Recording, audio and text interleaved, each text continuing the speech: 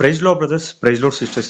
Brothers sisters, இன்னைக்கு Bible ஸ்டடியில தேவனுடைய வசனத்தின் மூலியமாக நாம் அறிந்து கொள்ள போகிற காரியம் எதை குறித்து அப்படின்னு சொல்லி கேட்டீங்கன்னா, எதிர்பார்க்காத சில விஷயங்கள் நம்மளுடைய வாழ்க்கையில நடக்கும்போது, அதுலயும் அசம்பாவிதமாக சில விஷயங்கள் நம்மளுடைய வாழ்க்கையில் நடக்கும் பொழுது நாம் அதை எப்படி அங்கீகரித்துக் கொள்ளுகிறோம்?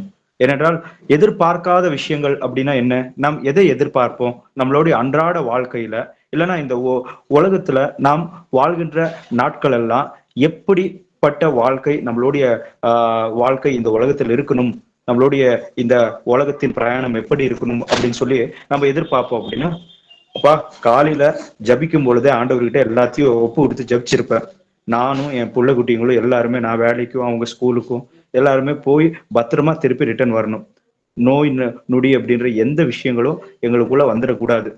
நாங்க நினைக்கிற எல்லா விஷயங்களும் அப்படின்னா ஆசீர்வாதமான விஷயங்கள் எல்லாமே, நினைக்கிறது எல்லாமே நன்மையாவே நடக்கணும் அப்படின்ற எதிர்பார்ப்பு. இது கிறிஸ்தவர்களா இருக்கிற நம்ம மத்தியில மட்டுமே கிடையாது, தேவன் அறியாத புறஜாதிகள் மத்தியில கூட இப்படிப்பட்ட எதிர்பார்ப்புகள் உண்டு.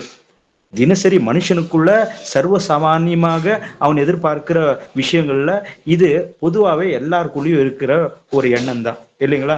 நல்லதே நடக்கணும்ப்பா, எங்க போனாலும் கூட நன்மையான விஷயங்கள் மட்டுமே என் வாழ்க்கையில நடக்கணும் அப்படின்னு சொல்லி ஒரு எதிர்பார்ப்பு எல்லா மனுஷர்களுக்கும் இருக்கு. ஆனா அதுலயும் விசேஷமா கர்த்தரை அறிந்தவர்கள் அப்படின்ற தேவனுடைய பிள்ளைகள் ஆகிய நமக்குள்ள ஒரு அந்த ஒரு வைராக்கியம் இருக்கும். என்ன அப்படின்னு சொல்லி கேட்டீங்கன்னா, இவர்கள் எல்லாருமே தேவனை அறியாதவர்களா இருக்கின்ற புறஜாதிகளாக இருக்கிறார்கள். தேவனை அறியாமலும் தேவனுக்கு விரோதமான அநேக பாவங்களையும் ஈடுபட்டு கொண்டிருக்கிறாங்க. ஆனா நான் அப்படிப்பட்டவன் கிடையாது. எனக்கு சர்வ வல்லமையுள்ள தேவன் யார் அப்படின்னு சொல்லி எனக்கு தெரியும். ஏசப்பா என்ன அவருடைய சொந்த மகனா ஏற்றுக்கொண்டிருக்கிறாரு. அப்படி ஏற்றுக்கொண்டிருக்கிறதுனால தகப்பனை அறிந்தவளாக நான் இருக்கிறபடினால நான் இந்த பூமியில இருக்கிற மற்ற புறஜாதிகளை காற்றிலும் சிறந்தவர்கள். அதனால நான் உலகத்தை படைத்த அந்த படைப்பாளிக்கே பிள்ளையாக இருக்கிறதுனால எனக்கு எந்த விதமான அசம்பாவிதமான எந்த விதமான அந்த சூழ்நிலைகளும் என்னுடைய வாழ்க்கையில வந்துடவே கூடாது, வராது அப்படின்றது போல மிகவும் வைராக்கியம் கொண்டவர்களாக நம்ம நடப்போம் நம்மளுடைய வாழ்க்கையில. ஆனா நம்ம இப்படி நடந்துட்டு இருக்கும்போது அசம்பாவிதமாக சில நிகழ்வுகள் நம்மளுடைய வாழ்க்கையில நடக்கும்போது, சில விஷயங்கள் நம்மளுடைய வாழ்க்கையில நடக்கும்போது அது நம்மளுடைய விசுவாசத்தின் மேல் எப்படிப்பட்ட ஒரு தாக்கத்தை உண்டு பண்ணுது?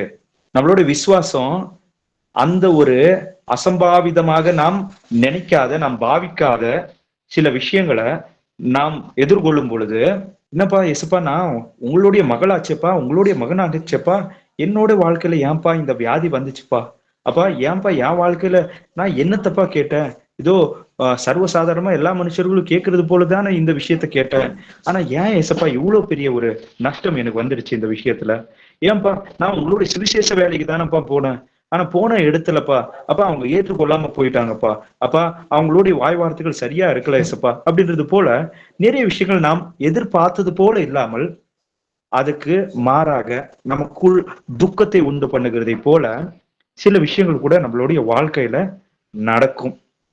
ஆனா அது நடக்கும்போது அதை கடந்து வரும்போது அந்த நடந்த சில அந்த சம்பவங்கள் நம்மளுடைய விசுவாசத்தை கூட்டுதுங்களா, இல்லைன்னா நம்மளோட விசுவாசத்தை குறைக்குதுங்களா அப்படின்னு சொல்லி கேட்டீங்கன்னா, அநேக நேரங்கள்ல நம்ம அதை ஏற்றுக்கொள்ளுகின்ற அந்த விதம் இருக்கு இல்லைங்களா? நல் மனசாட்சி உடையவர்களாக இருங்கள் அப்படின்னு சொல்லி வசனத்துல அங்கங்க எழுதப்பட்டிருக்கும். அந்த பூர்வத்துல இருந்த தேவ ஜனங்கள் ஒவ்வொருத்தரும் நல் மனசாட்சி உள்ளவர்களாக, சுத்த இருதயம் உள்ளவர்களாக இருந்தாங்க அப்படின்னு சொல்லி கூட வசனத்துல எழுதப்பட்டிருக்கும். அப்படிப்பட்ட உள்ளம் கொண்டவர்களாக நம்ம இருந்தோம்னா நிச்சயமா அசம்பாவிதமாக நாம் எதிர்பார்க்காத எப்படிப்பட்ட விஷயங்கள், அன்எக்ஸ்பெக்டட் திங்ஸ் அப்படின்றது நம்மளுடைய வாழ்க்கையில வரும்போது நம்ம சோர்ந்து போக மாட்டோம், நம்ம மனசு ஒடிஞ்சு போக மாட்டோம். அதுக்கடுத்து என்னப்பா இது அப்படின்னு சொல்லி ஜபம் பண்றதை விட்டுட்டு, பிரேயர் பண்றதை விட்டுட்டு, சுவிசேஷ அறிவிக்கிறதை விட்டுட்டு, தலைமையில இடி விழுந்தது போல முழுசாவே கர்த்தருடைய சமூகத்தை விட்டு விலகி போனவங்க போலவே வெளியே மக்களுக்கு தெரியாது நம்ம மனநிலைமையில எப்படி இருக்கிறோம் அப்படின்றது ஆண்டவருக்கு தெரியும், நமக்கும் தெரிஞ்சிடும். ஏன்னா அந்த உதடுகளின் வார்த்தைகள் இருக்கு இல்லைங்களா, இருதயத்தில் இருக்கிறது அந்த உதடுகளின் வார்த்தைகள் மூலியமாக நன்றாகவே புரிந்து கொள்ள முடியும். மற்றவர்கள் புரிந்து கொள்வார்களோ இல்லையோ, நம்மையே நிதானித்து பார்க்க முடியும். அந்த ஒரு சம்பவம் நடந்ததுக்கு அடுத்து விசுவாசத்தில் எப்படி இருக்கிறோம், அந்த சம்பவம் நடக்கிறதுக்கு முன்பதாக அந்த எதிர்பார்க்காத அசம்பாவிதமாக நடந்த அந்த ஒரு சம்பவத்தை நம்ம தாண்டி கடந்து வரும் பொழுது நம்மளோட விசுவாசத்து மேல அது எப்படிப்பட்ட ஒரு தாக்கத்தை உண்டு பண்ணிருக்கு அப்படின்றத நம்மளாலேயே ரெக்கக்னைஸ் பண்ண முடியும். நாமே நிதானித்து அறிந்து கொள்ள முடியும். நிதானித்து அறிந்து கொள்ளும் போது நம்ம கன்சிடர் பண்ணிருக்கிறோமே, இல்லப்பா இது நடந்ததுனால ஒருவேளை நான் நினைச்சது போலவே நடந்திருந்தா நான் கண்டிப்பா விசுவாசத்துல உறுதியா இருந்திருப்பேன், நான் இன்னும் அதிகமா கருத்துருக்கு சாட்சியா இருந்திருப்பேன் அப்படின்றது போல நம்ம சார்புல இருந்து நம்ம வேணா கருத்தருக்கு, எசுப்பா நீங்க ஏன் எசுப்பா உங்க பிள்ளைய நான் வந்துட்டு சுவிசேஷம் தானப்பா அறிவிக்க போனேன், அங்க இவங்க இந்த வியாதிஸ்தர்களா இருந்தாங்களா, அவங்க மேல கை வச்சிருந்தா அவங்க அப்படியே குணமாயிட்டு இருந்தாங்கன்னா அப்படியே உங்களை ஏற்றுக்கொண்டிருப்பாங்கப்பா, ஒண்ணு வேணப்பா. இத பாருங்க, என் வீட்டுல எங்களுக்கே உடம்பு சரியில்லாம சில விஷயங்கள் எல்லாம் வந்துட்டு இது இப்படி நடக்கும்போது இல்ல உலக ஐஸ்வர்யம் அப்படின்ற இந்த விஷயங்கள்லாம் என்கிட்ட இல்லாததுனால ஒரு புறஜாதிக்கு சுவிசேஷம் சொல்ல முடியல சப்பா. அவன் கேட்பான், என்னப்பா உன் நிலைமையே எப்படி இருக்கு, நீ என்ன எனக்கு வந்து சுவிசேஷத்தை சொல்றன்னு சொல்லி கேட்டுருவாங்க. என்ன ஏசப்பா நீங்க வந்துட்டு கொஞ்சம் பார்த்து எனக்கு பண்ணி கொடுக்க கூடாதா அப்படின்றது போலாம் நம்ம உள்ளத்துல நம்ம எண்ணத்துக்குள்ள நினைச்சிருப்போம். வேதத்தின் அடிப்படையில நம்ம அந்த விஷயங்களை பார்க்கும்போது தெரிய வரும், அது அப்படி கிடையாதுப்பா அப்படின்னு சொல்லி. அப்படின்னா நாம் எதிர்பார்க்காத சில அசம்பாவிதமாக இருக்கிற சில விஷயங்களை இந்த உலகத்துல இருக்கிற எல்லா மனுஷர்களும் கடந்து வரும் பொழுது, அதுலயும் முக்கியமாக தேவனுடைய மனுஷர்கள் அதை கடந்து வரும் பொழுது அவர்களுடைய விசுவாசத்தின் மேல் அப்படிப்பட்ட சில அசம்பாவிதமான சில சம்பவங்கள் அவர்களுடைய விசுவாசத்தின் மேல் பெரிதாக தாக்கத்தை உண்டு பண்ணி அவர்களுடைய விசுவாசத்தை குறைத்ததா அப்படின்னு சொல்லி கேட்டீங்கன்னா இல்லவே இல்லை. அவர்கள் எல்லாருமே விசுவாசத்துல உறுதியா நின்னாங்க. அதுக்குண்டான காரணம் என்ன அப்படின்னு சொல்லி அந்த காரணத்தை அறிஞ்சுக்கிட்டாங்க. அதுக்கடுத்து தாங்க இப்போ எந்த நிலைமையில இருக்கோம் விசுவாசத்துக்குள்ள, இது எதுக்காக வந்திருக்கு அப்படின்ற அந்த மன தெளிவு அவங்க ஒவ்வொருத்தருக்குள்ளேயும் இருந்துச்சு. அப்படிப்பட்ட ஒரு மன தெளிவு தான் நம்ம ஒவ்வொருத்தருக்குள்ளேயும் இருக்கணும். அதுலயும் முக்கியமா ஏசப்பா மாம்சத்துல சரீர ரூபத்துல அவரு இந்த உலகத்துல இருந்த அந்த நாட்கள்ல அவருக்கும் கூட அசம்பாவிதமாக அன்எக்ஸ்பெக்டடாக சில விஷயங்கள், முக்கியமாக இந்த உலகத்தை படைத்த அந்த படைப்பாளியே ஒரு படகிலிருந்து சஞ்சரித்து இந்த கரையிலிருந்து அக்கறைக்கு சென்று கொண்டிருக்கும் பொழுது கடலும் காற்றும் எழுந்து அந்த தண்ணீர் வந்து அந்த அவங்க போய் கொண்டிருந்த அந்த படகுக்குள் நிரம்பி கொண்டிருக்கும் பொழுது சீஷர்கள் எல்லாருமே கூச்சலிடுறாங்க அப்படின்னு சொல்லி நம்ம பாக்குறோம். என்னப்பா ஏசப்பாவே கூட இருக்கிறாரு, ஏன்பா இயற்கையே அவருக்கு மாறாக அவருக்கு எதிராக இருக்கிறதே. ஏன்னா கிறிஸ்தவர்களுக்கு மிகவும் பெரிய ஒரு தாக்கத்தை உண்டு பண்ற விஷயங்கள் என்னன்னா, இந்த சர்வசாதாரணமா எதே நடந்தாலும் அவ்வளவுதான், என்னப்பா ஆண்டவருக்கு இவ்வளவு வைராக்கியமா நடக்கிற, ஆண்டவரோட பிள்ளையா இருக்கிற, எனக்கு சர்வசாதாரணமா பாரு அந்த இன்னைக்கு வீட்டுல கேஸ் சிலிண்டர் காலி ஆயிடுச்சு, இதோ பெட்ரோல் காலி ஆயிடுச்சு, இதோ இன்னைக்கு பஞ்சர், இதோ எது எடுத்தாலும் இவனுக்கு நான் ஆண்டவருக்காக எவ்வளவு வைராக்கியமா இருக்கேன், நான் ஆண்டவருடைய விஷயத்துல விசுவாசமா இருக்கேன், நான் ஆண்டவருடைய பிள்ளை இல்லையா, எனக்கே இப்படி நடக்கலாமா அப்படின்றது போல நினைச்சிட்டு சோர்ந்து போறவர்களாக இருக்கிறாங்க சில பேர். சில பேர் இல்ல, நிறைய பேர் மாம்சம் எண்ணம் கொண்டவர்களாக, மாம்சமும் ஆவியும் ஒன்றுக்கொன்று போராடும் அப்படின்னு சொல்லி நம்ம வசனத்துல பாக்குறோம் இல்லைங்களா. அந்த எண்ணம் வரும் பொழுது பரிசுத்தாவினர் உதவி செய்வாங்க. சரி, இதுக்கு முதல் வசனத்தை வாசிக்கலாம். இன்னைக்குடைய படிப்பனைக்கு முதல் வசனத்தை வாசிக்கலாம். மத்தேயு 8வது அதிகாரம் 23 27. அவர் படவில் ஏறின போது அவருடைய சீஷர்கள் அவருக்கு பின் சென்று ஏறினார்கள். அப்பொழுது படவு அலைகளினால் மூடப்படத்தக்கதாய் கடலில் பெருங்காற்று உண்டாயிற்று. அவரோ நித்திரையாய் இருந்தார். அப்பொழுது அவருடைய சீஷர்கள் வந்து அவரை எழுப்பி, ஆண்டவரே எங்களை இரட்சியும், மடிந்து போகிறோம் என்றார்கள். அதற்கு அவர், அற்ப விசுவாசிகளே, ஏன் பயப்படுகிறீர்கள் என்று சொல்லி எழுந்து காற்றையும் கடலையும் அதட்டினார். உடனே மிகுந்த அமைதல் உண்டாயிற்று. அந்த மனுஷர்கள் ஆச்சரியப்பட்டு, இவர் எப்படிப்பட்டவரோ, காற்றும் கடலும் இவருக்கு கீழ்ப்படுகிறதே என்றார்கள். ஆமேன், ஆமேன். இங்க ஏசப்பாவை பாருங்க, ஏசப்பா கூட இருந்த அந்த சீஷர்களுடைய மனநிலைமையை பாருங்க. ஏன் ஏசப்பாவை பார்க்கணும், அவர் தான் தேவாதி தேவனாச்சே. அப்படின்னா ஏசப்பா இங்க தேவாதி தேவனா இல்ல, சர்வ சாதாரணமாக ஒரு மனுஷனாக 100% ஹியூமனா தான், அவங்களை போல உணர்வுடைய ஒரு சரீரம் கொண்டவராகத்தான் அவரும் அந்த இடத்துல இருக்கிறாரு. ஆனா அசம்பாவிதமாக சில விஷயங்கள் அந்த இடத்துல நடக்கும் பொழுது அவர் அதை பார்த்து மனமொடிந்து போகவில்லை, அதை பார்த்து திகையவில்லை, பயந்து கொள்ளவில்லை, மன தெளிவோடு சமாதானத்தோடு நீடிய பொறுமையோடு கூட இருக்கிறார் அப்படின்னு சொல்லி நம்ம பாக்குறோம். என்ன நடக்குது இப்போ? காற்றும் கடலும் கொந்தளித்தது அப்படின்னு சொல்லி பார்க்கும்போது, ஒரு புயல் காற்று வீசும்போது கடலுக்குள்ள ஒரு படகுல பிரயாணம் செய்து கொண்டிருந்தா ஒரு தூங்கிட்டு இருக்கிற ஒரு மனுஷனா அவர் அந்த இடத்துல தூங்கிட்டு இருந்தாலும் அந்த கடல் காற்றின் மூலியமா அந்த அலைகளின் தண்ணீர் அவர் மேல விழாதுங்களா? அவருக்கு தெரியாதா ஆமா இப்படி இருக்கு நிலைமை அப்படின்னு சொல்லி? ஆனாலும் அவர் வந்துட்டு நித்திரையா இருந்தார் அப்படின்னா அவர் வந்துட்டு இதை ஒரு பொருட்டாவே எண்ணல, இதனால ஒண்ணுமே நடக்க போறது கிடையாது அப்படின்னு சொல்லி அவரு உணர்ந்தவரை. ஏன்னா நான் அந்த அவர் பிதாவாகிய தேவனாக அவர் கற்பிற்ற அந்த வசனங்களை அவர் கை கொண்டு நடக்கிறாங்க. இங்க இருக்கிற சீஷர்களும் அந்த தேவனுடைய வார்த்தையின்படி நடந்து கொள்ளுகிறாங்க. அதனால இதே தோன்றும், இதனால எந்த ஒரு அழிவும் இங்க இருக்கிற யாருக்குமே ஒண்ணுமே ஆகாது அப்படின்னு சொல்லி ஏசப்பாக்கு தெரியும் இல்லைங்களா? ஏசப்பாக்கு தெரியும். அப்படிப்பட்ட ஒரு தெளிவை சீஷர்களுக்குள்ளேயும் இருக்கணும் அப்படின்றதான் ஏசப்பாவும் வாஞ்சிச்சாரு. அந்த ஒரு வாஞ்சையினாலதான் ஏசப்பா வந்துட்டு எந்திரிச்ச உடனே அவங்களுக்குள்ள இருக்கிற அந்த விசுவாச சோர்வு இருக்கு இல்லைங்களா? அதுக்கு முன்னாடி என்னென்ன நடந்துச்சு? அவரு இந்த கரையில இருந்து அந்த கரைக்கு போற ஒரு கேப்ல தான் இந்த விஷயங்கள்லாம் நடந்துச்சு. ஆனா அதுக்கு முன்னாடி என்னெல்லாம் நடந்துச்சு அப்படின்னு சொல்லி கேட்டீங்கன்னா, பேதுருவோட வீட்டுக்கு போயிருப்பாங்க. பேதுருடைய மாமியாரோட வீட்டுக்கு போயிருக்கும்போது அவங்க மாமியார் வந்துட்டு அங்க அஸ்வஸ்தமா இருக்கிறத கண்டு ஏசப்பா சுகமாக்குவாரு. அதுக்கடுத்து அந்த ஊர்ல இருக்கிற நிறைய பேரை அவங்க கிட்ட கொண்டு வரும்போது அவங்க ஒவ்வொருத்தரும் ஏசப்பா வந்துட்டு சுகமாக்கினார் அப்படின்னு சொல்லி, பிசாசுகளை துரத்தினார் அப்படின்னு சொல்லி பாக்குறோம். நிறைய ஜனங்க ஏசப்பாவை பின்பற்றி வந்தாங்க. இது எல்லாத்தையும் சீஷருங்க பார்த்தாங்க. ஆனா கொஞ்ச நேரத்துல அசம்பாவிதமாக தாங்க நினைத்து பார்க்காத ஒரு விஷயம் அவங்களுடைய வாழ்க்கையில் நடக்கும் பொழுது விசுவாசத்துக்குள்ள அப்படியே சோர்ந்து போனவங்களை போல தங்கள் உயிரே போயிருமோ அப்படின்றது போல பயந்துட்டு கத்த ஆரம்பிச்சிட்டாங்க. அதை பார்த்துதான் ஏசப்பா சொல்றாரு, அல்ப விசுவாசிகளே அப்படின்னு சொல்லி. அற்ப விசுவாசிகளே, நீங்க வந்துட்டு எங்கப்பா நீங்க கொண்ட அந்த விசுவாசம் எங்க அப்படின்னு சொல்லி ஏசப்பா அவங்கள பார்த்து அதட்டுறாரு அப்படின்னு சொல்லி நம்ம பாக்குறோம் இல்லைங்களா? எதை நடக்கும்போது அவ்வளவுதான் கர்த்தரோட பிள்ளையாகிற நம்ம ஃபர்ஸ்ட் ஆஃப் ஆல் மனமுடிஞ்சு போகக்கூடாது. எது நடக்கும்போதோ அவ்வளவுதான். நான் இன்னைக்கு தேவனுடைய வார்த்தையின்படி இருக்கிறேன்னா, ஏசப்பா சொல்லியிருக்காரு, ஒருவன் என்னிலும் என் வார்த்தை அவனிலும் அப்படின்னு சொல்லி. அப்படின்னா அவருடைய வார்த்தையின்படி நான் கீழ்ப்படிந்து நடக்கிறேனா அப்படின்னா எப்படிப்பட்ட ஒரு சம்பவங்கள் நம்மளுடைய வாழ்க்கையில் நடந்தாலும் அதை பார்த்து நாம் பயந்து கொள்ளுகின்றதுக்கு ஏதொன்றும் இல்லை. அவர் வார்த்தை என்னில் இருந்தால் அவரே என்னோடு இருக்கிறார் அப்படின்னு சொல்லி வசனம் சொல்லுது இல்லைங்களா?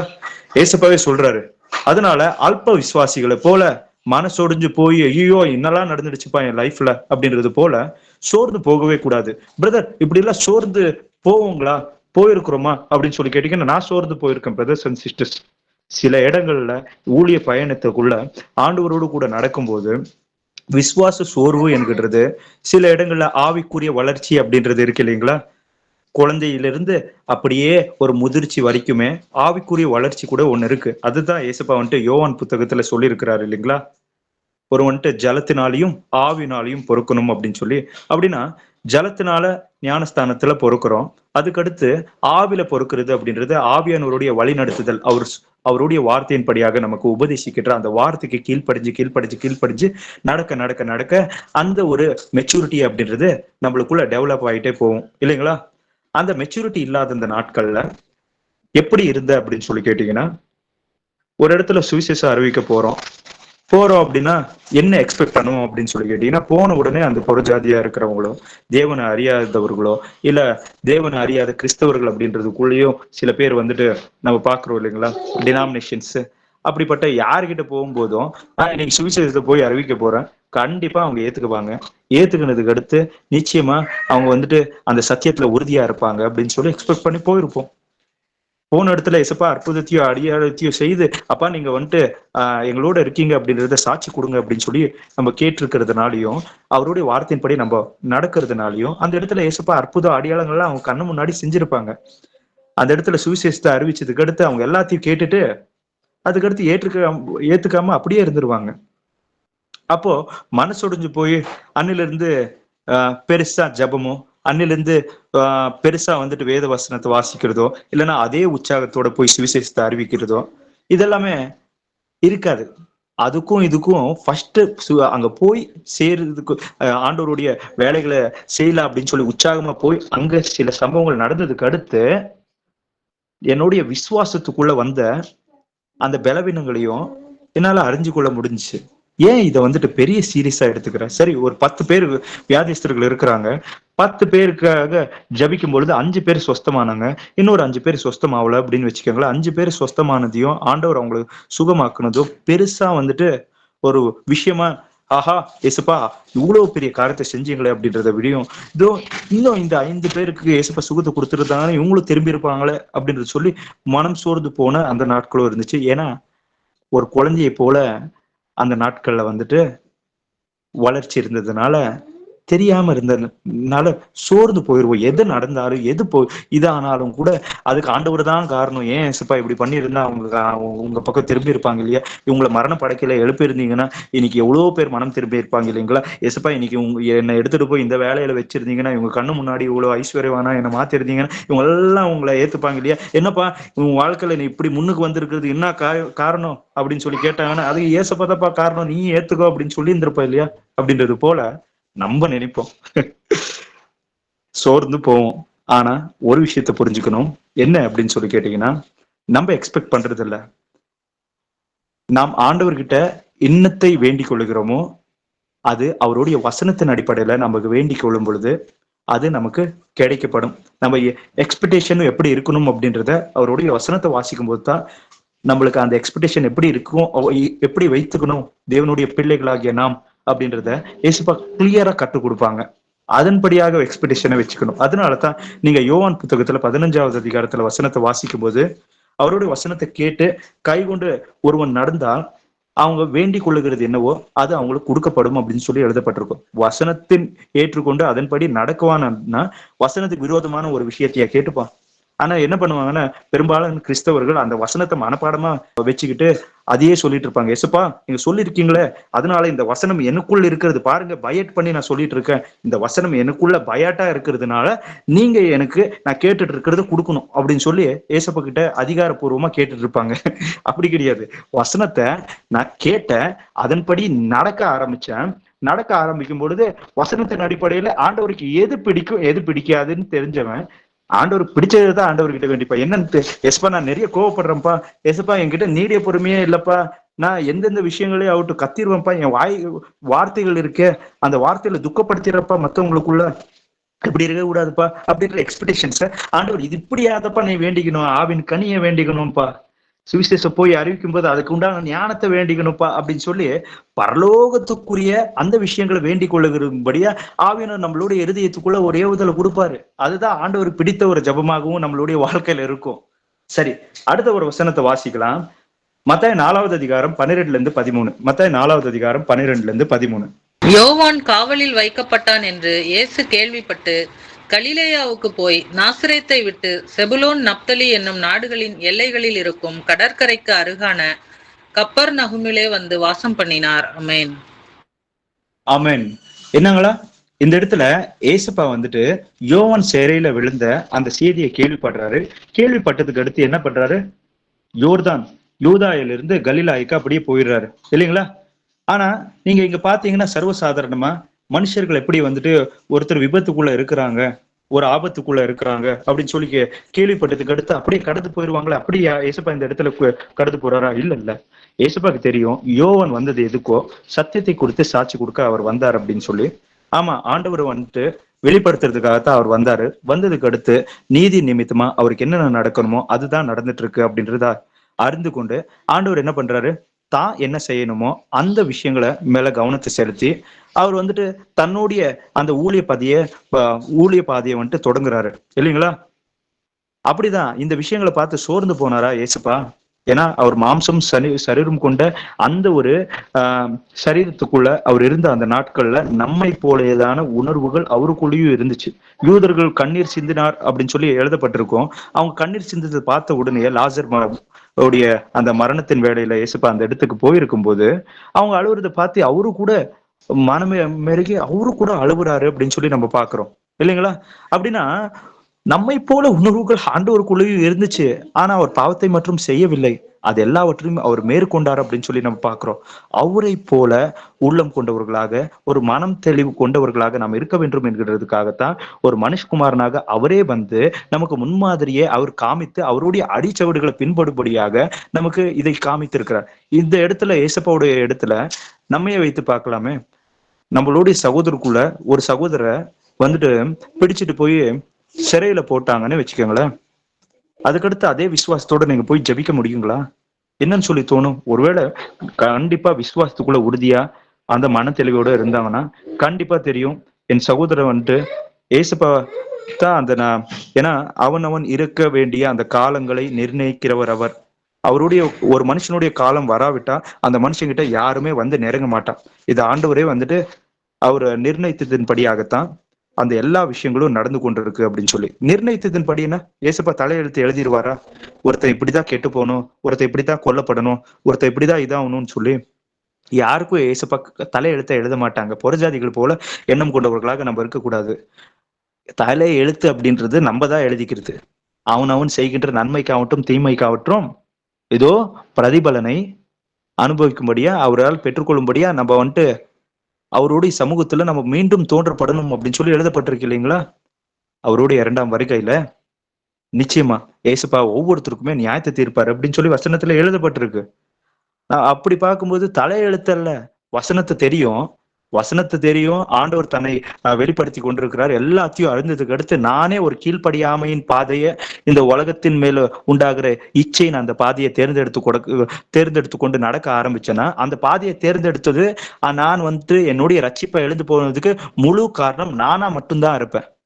ஏசப்பா வந்துட்டு இப்படி அழிஞ்சு போட்டோம் அப்படின்னு சொல்லலாம் அவர் முன்குறித்து வைக்கல. அவர் யூதாசியை மீட்டுக்கிறதுக்காக அவன் பண ஆசை பிடித்தவன் என்று சொல்லி அறிந்த பின்பு அந்த முழுசா அந்த பணத்தின் பொறுப்பை சீஷர்கிட்ட இருந்து அந்த பணப்பைய அவன் கையில தான் கொடுத்திருந்தாரு. அந்த பணம் ஆசையா அவனுக்குள்ள இருந்து போயிட்டோம் அப்படின்னு சொல்லி.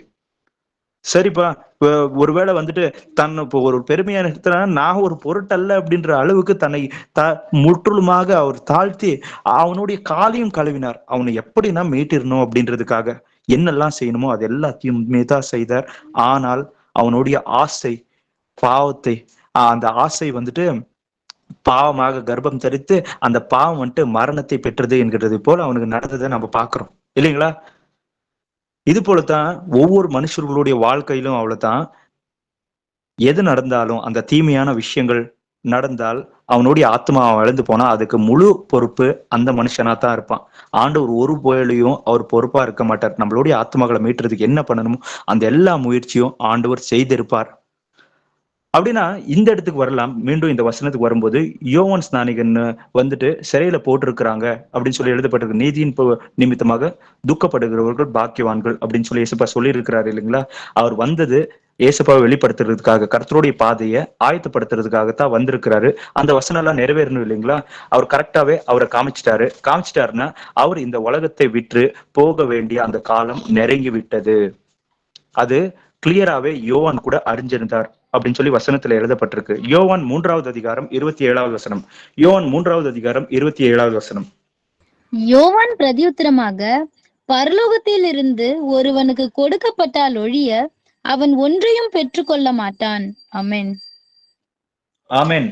இங்க பாருங்களேன், ஏசப்பாவோட சீஷர்களுக்கும் யோவானுடைய சீஷர்களுக்கும் ஒரு வாக்குவாதம் போவோம். அதுக்கடுத்து வந்துட்டு யோவானுடைய சீஷர்கள் யோவான் கிட்ட வந்து கேக்குறாங்க என்னன்னு சொல்லி, என்னப்பா உங்ககிட்ட இருந்த ஒருத்தர் வந்துட்டு அங்க ஞானஸ்தானத்தை கொடுக்குறாங்களே அப்படின்னு சொல்லும்போது யோவான் என்னன்னு சொல்றாரு, பரலோகத்திலிருந்து கொடுக்கப்பட்ட வழிய ஏதொன்றப்பா எங்களுக்கு கிடைக்காதுப்பா, அவரை வந்துட்டு உயர்த்தப்படணும், நான் தாழ்த்தப்படணும் அப்படின்னு சொல்லி சொல்றாரு. அப்படின்னா தான் வந்ததுக்கு உண்டான காரணம் என்ன? அவரை காமித்து அவரை பின்பட வேண்டும் என்று சொல்லி, அவர் வரும் வரைக்கும் நான் இதை செய்து கொண்டிருந்தேன், இனி பின்பட வேண்டியது என்ன அல்ல, அவரைத்தான் பின்பட வேண்டும் அப்படின்னு சொல்லி சொல்றாரு. அப்படின்னா அவருடைய காரியம் முடிவுக்கு வந்தது என்கிறது அவரே நன்றாக அறிந்து கொண்டிருந்தார் அப்படின்னு சொல்லி நம்ம பார்க்கணும். வசனத்தின் அடிப்படையான விஷயங்கள் அவருடைய வாழ்க்கையில நடந்து கொண்டிருந்தது. இதை பார்த்து சோர்ந்து போவது ஆகட்டும், யோவான் ஸ்நானிகன் மூலியமாக இதோ சுவிசேஷத்தை கேட்டவர்களா இருந்த பேதுரு, அந்திரேயா இவர்கள் யாரோ அவர் சிறையில் விழுந்தார் என்று சொல்லி கேள்விப்பட்ட உடனே மனமொடிந்து போகவில்லை. ஆண்டவராகிய இயேசு கிறிஸ்து கூட சோர்ந்து போகவில்லை இல்லைங்களா? அந்த இடத்தில் ஆண்டவருடைய அனுமதி என்று ஒருவனும் ஒரு மனுஷனிடத்தில் வர முடியாது. ஆனாலும் கடைசி வரைக்கும் ஏதோ நீடிய பொறுமையோடு கூட காத்திருந்து விசுவாசத்தில் உறுதியா நிற்கிறவன் பாக்கியவான். அப்படின்னா மற்றவர்களை பார்த்து நமக்குள் விசுவாசம் என்கிறது எழும்பாது. மற்றவர்களை பார்த்து நம்மளுக்குள்ள வந்துட்டு விசுவாசம் குறைந்து போகிறது. மற்ற சில விஷயங்களை, சில சம்பவங்களை நம்ம கடந்து வரும் பொழுது, இதோ இதனால என்னுடைய விசுவாசத்தை நான் இழந்துட்டேன், இதனால நான் சோர்ந்து போயிட்டேன் அப்படின்னு சொல்றதுக்கு ஏதொன்றும் இல்லை. தேவனுடைய கண் பார்வை என்கின்ற ஒரு பார்வை இருக்கு. இன்னொரு மனுஷர்கள் சர்வசாதாரணமா அவங்களுடைய எண்ணத்தின்படி பார்க்கின்ற கண் பார்வை என்கின்ற ஒரு பார்வை இருக்கு. எப்படிப்பட்ட ஒரு பார்வையோடு கூட நான் என்னுடைய வாழ்க்கையின் பிரயாணத்தை பார்க்கிறேன் அப்படின்றதுதான் மிக மிக அவசியமான ஒன்று. ஆவிக்குரிய முறையில தேவனுடைய கண் பார்வையின் படியா தான் ஒவ்வொரு விஷயங்களை பார்க்கணும். அப்போ விசுவாசத்துக்குள்ள நம்ம உறுதியா நிற்போம். மாம்சத்தின் படியாக பார்த்தோம் அப்படின்னு சொன்னா, இவங்கெல்லாம் இப்படி பேசுறாங்க தெரியுமா, எவ்வளவு இதா இருக்கு தெரியுமா, வேதனையா இருக்கு தெரியுமா, என்ன அவங்க வீட்டுல இன்னும் ஒரு நல்ல காரியமே நடக்கலையா அப்படின்னு சொல்லி கேட்கறாங்க பிரதர் அப்படின்றது போல. அதனாலதான் பிரதர் எனக்கு மனசோர்ந்து போயிட்டு இருக்கேன் பிரதர், ஆண்டவர்கிட்ட கண்ணீரோட ஜபிக்கிறேன் பிரதர், ஒரு நாள் முடியல பிரதர் அப்படின்றது போல. ஏன் இவ்வளவு ஆக்கிரமிச்சமோ கோவமும் எரிச்சலும் ஏன் முதலாவதா உண்டாவது? எதையுமே எழுந்து போலயே நான் ஆண்டவருடைய வார்த்தையின்படி நான் இருக்கிறேன்னு, நாளைக்கு வந்தா நான் வந்துட்டு பரலோகம் என்கிற அந்த லாபத்தை அடிவனா, இல்லைன்னா வந்துட்டு கைவிடப்பட்டேன் என்கிற நஷ்டத்தை அடிவனா? நினைச்சு பாருங்களேன். கண்டிப்பா ஆண்டவர் முன்னாடி சாட்சியா இருந்திருக்கேன் அப்படின்னு சொல்லி அந்த ஒரு விசுவாசமும் அந்த ஒரு சந்தோஷமும் இருக்கும் இல்லைங்களா? சரி, அடுத்த ஒரு வசனத்தை வாசிக்கலாம். யோவான் ஸ்நானிகன் வந்தது இதுக்காகத்தான். அவன் வந்த அந்த காரியம் வந்துட்டு முடிச்சதுக்கு அடுத்து அவன் செல்ல வேண்டும் அப்படின்றத அவனும் அறிஞ்சிருந்தான். அந்த விஷயத்த யோவான் 1வது அதிகாரம் 30-31 வசனத்துல சொல்லி இருக்கிறாரு பாருங்களேன். யோவான் 1வது அதிகாரம் 30-31. எனக்கு பின் ஒருவர் வருகிறார், அவர் எனக்கு முன்னிருந்தபடியால் என்னிலும் மேன்மை உள்ளவர் என்று நான் சொன்னேனே, அவர் இவர்தான். நானும் இவரை அறியாதிருந்தேன். இவர் இஸ்ரவேலுக்கு வெளிப்படும் பொருட்டாக நான் ஜலத்தினாலே ஞானஸ்நானம் கொடுக்க வந்தேன் என்றான். ஆமென். ஆமென். என்னங்களா, இதோ இவரை இஸ்ரேல் ஜனங்களுக்கு வெளிப்படுத்தும் பொருட்டே நான் வந்தேன் அப்படின்னு சொல்லி யார் சொல்றாரு? அவர் பொறப்புக்குண்டான காரணமே ஆண்டவராகி இயேசு கிறிஸ்துக்கு முன்பதாக போய் அவருடைய வழியை செம்மையாப்பது. அப்படி என்றால் மனுஷர்களுடைய கோணலான வழிகள் என்கின்ற அந்த பாவத்தை குறித்துதான ஒரு கடிந்து கொள்ளுதலை குறித்து அவர்களுக்கு உபதேசித்து எச்சரித்து, பரலோகராஜ்யம் சமீபமாயிற்றது, நீங்கள் மனம் திரும்புங்கள் என்று சொல்லி யாரெல்லாம் சித்தமாக இருந்தார்களோ, ஆயத்தமாக இருந்தார்களோ, அந்த ஆயத்தமா இருக்கிற ஜனங்களை கர்த்தருக்கு ஒப்பு கொடுக்க வேண்டியதுக்காக வந்தார். அந்த காரியம் நிறைவேறின பிறகு அவர் இந்த உலகத்தை விட்டு அவர் செல்ல வேண்டியதா இருந்தது. அதற்காகவே நான் வந்தேன் அப்படின்னு சொல்லிட்டு இருக்கிறாரு. வந்து தன்னுடைய காரியத்தை நிறைவேற்ற பின்பு அவரு ரத்த சாட்சியாக மரித்தார் அப்படின்னு சொல்லி நம்ம பாக்குறோம் இல்லைங்களா? ரத்த சாட்சியா மரிச்சிட்டாரு அப்படின்னு சொல்லி சீஷர்கள்லாம் அப்படியே மனசொடிஞ்சு போய் விசுவாசத்தை இழந்துட்டாங்களா அப்படின்னு சொல்லி கேட்டீங்கன்னா, விசுவாசத்தை யாருமே இழந்து போல. நம்ம எல்லாருமே வந்துட்டு சின்ன சின்ன விஷயங்களை வச்சு இதனால பிரதர் விசுவாசத்துல ரொம்ப வந்துட்டு சோர்ந்து போயிட்டு இருக்க. பாருங்க பிரதர், என் பசங்க இன்னும் ரட்சிப்புக்குள்ள வரல பிரதர், என் கணவர் வரல, என் மனைவி வரல பிரதர், பாருங்க என் பிள்ளை வந்துட்டு இப்போ வரைக்குமே மாறல அப்படின்றது போல சின்ன சின்ன காரணங்களை இந்த விஷயங்கள் எல்லாம் சொல்லி நம்ம வந்துட்டு இதனால நான் விசுவாசத்தை இழந்துட்டேன், இதனால நான் விசுவாசத்துல சோர்ந்து போயிருக்கேன் பிரதர். இந்த விஷயங்கள் தான் என் வாழ்க்கையில என் விசுவாசத்து மேல ஒரு தாக்கத்தை உண்டு பண்ணிடுச்சு. அன்னிலிருந்து நான் வந்துட்டு ஜபிக்கிறதே விட்டுட்டேன் பிரதர். அன்னிலிருந்து நான் வேத வசனத்தை வாசிக்கிறதே விட்டுட்டேன் பிரதர். பிரதர் முன்ன போலாம் நான் விசுவாசமா உற்சாகமா போய் எல்லாருக்கிட்டையும் சுவிசேஷம் எல்லாம் பேச முடியல பிரதர். ஏன்னா என் வாழ்க்கையில ஒரு நல்ல காரியம் இல்லையே அப்படின்றது போல காரணம் சொல்லுவாங்க. அந்த காரணம் எல்லாம் ஒத்துக்கிறது போல இருக்குங்களா தேவனுக்கு முன்னால அப்படின்னு சொல்லி கேட்டீங்கன்னா கண்டிப்பா கிடையாது. பாருங்களேன், ஒரு மரணமே சம்பவிச்சிருக்கு, ஆனா விசுவாசத்துல உறுதியா நின்று இன்னும் அதிகமா ஆண்டவருக்காக சாட்சியா நிக்கிறாங்க இல்லைங்களா? தங்களுடைய ஆத்மாவும் ஆண்டவருக்காக நிக்கிறாங்கன்னா அவங்க ஆத்மாவை பாதுகாத்துக்கிறாங்கன்னு சொல்லி அர்த்தம். ஆண்டவருக்காக அப்படின்னு சொல்லி சுயமா என்னப்பா இது ஆண்டவருக்காகனா என்ன, இயேசுப்பாக்கு அன்பு இல்லையா? ஒரு மனுஷன் தன்னுடைய விருப்பத்தின்படி இருக்கிறதுக்கு என்ன ஒரு ஆண்டவர் தடை போடுறாரோன்னு சொல்லி, தன்னோட விருப்பம் இல்ல, ஆண்டவரோட விருப்பமே உன்னோடைய ஆத்மா கெட்டு போயிடக்கூடாது அப்படின்றது அவரோட விருப்பம். அவரோட விருப்பங்களை தான் தேவனுடைய வசனத்தின் மூலியமாக காமித்து இது செய்கின்றது மூலியமாக உன் ஆத்மாக்கு நீ நன்மை செய்து கொள்ள முடியும், அதை நீ வந்துட்டு நித்திய ஜீவனுக்கு காத்து கொள்ள முடியும் அப்படின்றத அவருடைய ஆலோசனைகளாக விருப்பமாக எழுதி வைத்திருக்கிறார். சரி, இன்னொரு வசனத்தை வாசிக்கலாம். வெளிப்படுத்தல் 6வது அதிகாரம் 9-11. வெளிப்படுத்தல் 6வது அதிகாரம் 9-11. அவர் 5ஆம் முத்திரையை உடைத்தபோது தேவ வசனத்தின் நிமித்தம் தாங்கள் கொடுத்த சாட்சியின் நிமித்தமும் கொல்லப்பட்டவர்களுடைய ஆத்துமாக்களை பலிபீடத்தின் கீழே கண்டேன். அவர்கள் பரிசுத்தமும் சத்தியமும் உள்ள ஆண்டவரே, தேவரீர் பூமியின் மேல் குடியிருக்கிறவர்களிடத்தில் எங்கள் இரத்தத்தை குறித்து எதுவரைக்கும் நியாயத்தீர்ப்பு செய்யாமலும் பழி வாங்காமலும் இருப்பீர் என்று மகா சத்தமிட்டு கூப்பிட்டார்கள். அப்பொழுது அவர்கள் ஒவ்வொருவருக்கும் வெள்ளை அங்கிகள் கொடுக்கப்பட்டது. அன்றியும் அவர்கள் தங்களைப் போல கொலை செய்யப்பட போகிறவர்களாகிய தங்கள் உடன் பணிவிடைக்காரரும் தங்கள் சகோதரருமானவர்களின் தொகை நிறைவாகும் அளவும் இன்னும் கொஞ்சம் காலம் இளைப்பாற வேண்டும் என்று அவர்களுக்கு சொல்லப்பட்டது. ஆமென். ஆமென். பாருங்களேன், யோவான் அப்போஸ்தலனாகிய யோவான் ஆவிக்குள்ளாய் ஒரு தரிசனத்தை காண்கிறார். அந்த தரிசனத்துக்குள்ள என்னத்தை பாக்குறாரு அப்படின்னு சொல்லி பாத்தீங்கன்னா, ஒரு பலிபீடம் இருக்கு. அந்த பலிபீடத்தின் கீழ் அநேக இரத்த சாட்சிகளாக மரித்தவர்கள் இருக்கிறாங்க. அந்த இரத்த சாட்சியா மரிச்சவங்க ஆண்டவரை பார்த்து கேக்குறாங்க, ஏசப்பா, இந்த பூமியின் குடிகள் ராஜா, எந்த குற்றத்தையும் செய்யாத எங்களை அப்பா உங்க வசனத்தை கை கொண்டோ உங்க வார்த்தையின்படி நீதியா நடந்துகிட்டோம் அப்படின்ற ஒரே காரணத்துக்காக எங்களை கொன்னு போட்டாங்கப்பா, அநியாயமா எங்களை வஞ்சிச்சுட்டாங்கப்பா, இப்படி எல்லாமே எங்களை சங்கரிச்சுட்டாங்க ஏசப்பா, இதுக்கு நீங்க நியாயத்தை தீர்க்க மாட்டீங்களா அப்படின்னு சொல்லி கேக்குறாங்க. கேட்கும்போது உங்களோட கூட உடன் சேவர்களாக இருக்கிறவர்களுடைய தொகை எண்ணிக்கை அது பரிபூர்ணமாகணும், அப்ப வரைக்குமே நீங்க இளைப்பார்ந்து கொண்டிருங்கள் அப்படின்னு சொல்லி ஒரு சத்தம் உண்டாகுது. அப்படின்னா என்னன்னு சொல்லி சொல்றாருன்னா, உங்களை போல மறிக்க வேண்டியவங்க இன்னும் சில பேர் இருக்கிறாங்கப்பா, அவங்களுடைய எண்ணிக்கை உங்களோட கூடி அது பரிபூர்ணமாகணும், அப்ப வரைக்குமே நீங்க இளைப்பார்ந்து கொண்டிருங்கள் அப்படின்னு சொல்லி இயேசுப்பா சொல்லி இருக்கிறாரு. அப்படின்னா அந்த ரத்த சாட்சியா மறிக்கிறது அப்படின்னு சொல்லி பார்க்கும்போது, ரத்த சாட்சியாக நீதி நிமித்தமாக தேவனுடைய வசனத்தை கைகொண்டு நடந்தது நிமித்தமாக முதல் ரத்த சாட்சியா மறிச்ச மனுஷன் யார் அப்படின்னு சொல்லி கேட்டீங்கன்னா ஏபல் ரத்த சாட்சியா மறிச்சப்போ அவருடைய ரத்தம் ஏசப்பாவை பார்த்து பூமியிலிருந்து கூக்குரல் இடுகிறது அப்படின்னு சொல்லி எழுதப்பட்டிருக்கும்.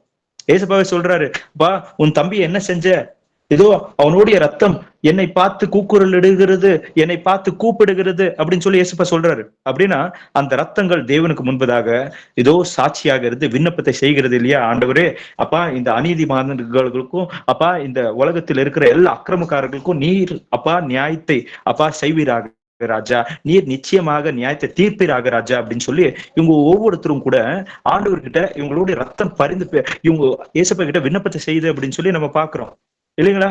இது ஆண்டவரே சொன்ன அவருடைய வசனம் தான். அந்த வார்த்தையின்படியான விஷயங்கள் நம்மளுடைய வாழ்க்கையில் நிறைவேறினால் அது நலமானது.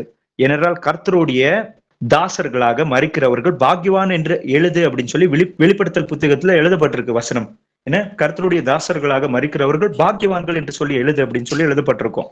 அப்படின்னா இப்படி பாக்கியவான்களாக மரிக்கின்ற ஒரு பாக்கியமும் இருக்கு அப்படின்றத நம்ம புரிஞ்சுக்கணும். எதனாலையும் மனம் சோர்ந்து போறதுக்கு மரணமே நேரிட்டாலும் உங்களுக்குள் உங்கள் உடன் சகோதரன் மரிக்கும் பொழுதும் கூட கர்த்தருடைய நாமத்தின் நிமித்தமாக மரித்தால் நீங்கள் மனம் சோர்ந்து போகக்கூடாது என்று சொல்லி ஆண்டவர் சொல்லியிருக்கிறார். நம்ம வாழ்க்கையில எல்லாம் இது போலையான இந்த விஷயங்கள் எல்லாம் நடந்ததே கிடையாது. மரணத்தை அளவுக்கு யாருமே விசுவாசத்தின் போராட்டத்தை இப்போ வரைக்குமே மேற்கொண்டதே கிடையாது. நம்ம பார்த்தது எல்லாமே நம்ம எக்ஸ்பெக்டேஷன்ஸா இருக்கிற சில உலக ரீதியான சில காரியங்கள், இது நிறைவேறல, இது இப்படி நடக்கலாமா, இப்படி அவங்க கேட்கலாமா அப்படின்றதுனால விசுவாசத்துல இருந்து சோர்ந்து போனவங்க போல நடந்து கொண்டிருக்கிறது. ஆனா ஏசப்பா நிச்சயமா இந்த ஆதி சீஷர்களோடையும் இந்த தேவ ஜனங்களோடையும் நம்மள ஒப்பிட்டு பார்க்கும்போது நிச்சயமா நம்மளுடைய விசுவாசம் எப்படிப்பட்டதா இருக்கு அப்படின்றத நம்மளாலேயே நிதானிக்க முடியும் இல்லைங்களா. சரி, தானியேல் 7வது அதிகாரம் 25வது வசனத்தை வாசிங்க. தானியேல் 7வது அதிகாரம் 25வது வசனம். உன்னதமானவருக்கு விரோதமாக வார்த்தைகளை பேசி உன்னதமானவருடைய பரிசுத்தவான்களை ஒடுக்கி காலங்களையும் பிரமாணங்களையும் மாற்ற நினைப்பான். அவர்கள் ஒரு காலமும் காலங்களும் அரை காலமும் செல்லும் மட்டும் அவன் கையில் ஒப்பு கொடுக்கப்படுவார்கள். ஆமென். என்றால் ஒரு வருஷம், காலங்கள் அப்படின்னா 2 காலங்கள், 3 அரை காலம் என்றால் அதான் 1/2 வருஷம், 3.5 வருஷம். 3.5 வருஷம்னா 1260 வருஷம். 1260 வருஷம் அப்படின்ற இந்த 1260 வருஷம் எப்பத்துல இருந்து தொடங்குச்சு அப்படின்னு சொல்லி கேட்டீங்கன்னா, ஏடி 538 இருந்து ஏடி 1798 வரைக்கும் இந்த ஒரு கர்த்தருடைய நாமத்தின் நிமித்தமாக இரத்த சாட்சிகளாக மரிக்க வேண்டியவர்களும் அதுக்கடுத்து தேவனுடைய வசனத்தின் நிமித்தமாக துன்படுத்தப்படுபவர்களை குறித்து தானியேல் புத்தகத்துல முன்னமே எழுதப்பட்டிருந்துச்சு. இந்த வசனத்தின் அடிப்படையில அந்த ஆதி சிஷ்யர்களுக்குள்ள அநேக விதமான சம்பவங்கள் நடந்திருக்கு. அவர்கள் எதிர்பார்க்காத விதமாக அநேக சூழ்நிலைகளை அவங்க கடந்து வந்திருக்காங்க. ஆனா அவங்களுக்குள்ள விசுவாசத்து குறைவு என்கிறது உண்டாச்சா? லௌகீக கவலை என்று உண்டாச்சா? அவங்களுக்குள்ள லௌகீக துக்கம் உண்டாச்சா? அது அவர்கள் மேல பெரிய தாக்கத்தை உண்டு பண்ணுச்சுங்களா? அதுதான் நம்ம இன்கோசிஷன் அப்படின்னு சொல்லி சகோதரர் மூலியமா பெரிய ரகசியத்தையே வெளிப்படுத்தினாங்க இல்லைங்களா? அந்த காலகட்டங்கள்ல சீஷர்களுடைய எண்ணிக்கை கூடிட்டே போச்சு, சீஷர்களுடைய எண்ணிக்கை குறையவில்லை அப்படின்னு சொல்லி நம்ம பாக்குறோம். அந்த எண்ணிக்கை கூடிட்டே போயிட்டு இருந்துச்சு. அந்த 538 இருந்து 1798 வரைக்குமே சீஷர்களுடைய எண்ணிக்கை கூடிட்டே போச்சு. அந்த மரணங்களையும் அந்த மரணத்தின் அந்த சத்தங்களை கேட்கும் போதாகட்டும், அந்த துன்புறுத்தல்களை பார்க்கும் போதாகட்டும், யார் ஒருவருமே தயங்கவில்லை. எல்லாம் கர்த்தர் இருக்கிறார். அதனாலதான் இவங்க மரணத்து வரைக்குமே உறுதியா நின்று அவ்வளவு விசுவாசத்தோட வைராக்கியத்தோட இருக்கிறாங்க. அப்படின்றது போல அவங்கள பார்த்தவங்களுக்கு கூட மனம் திரும்ப ஆரம்பிச்சாங்க.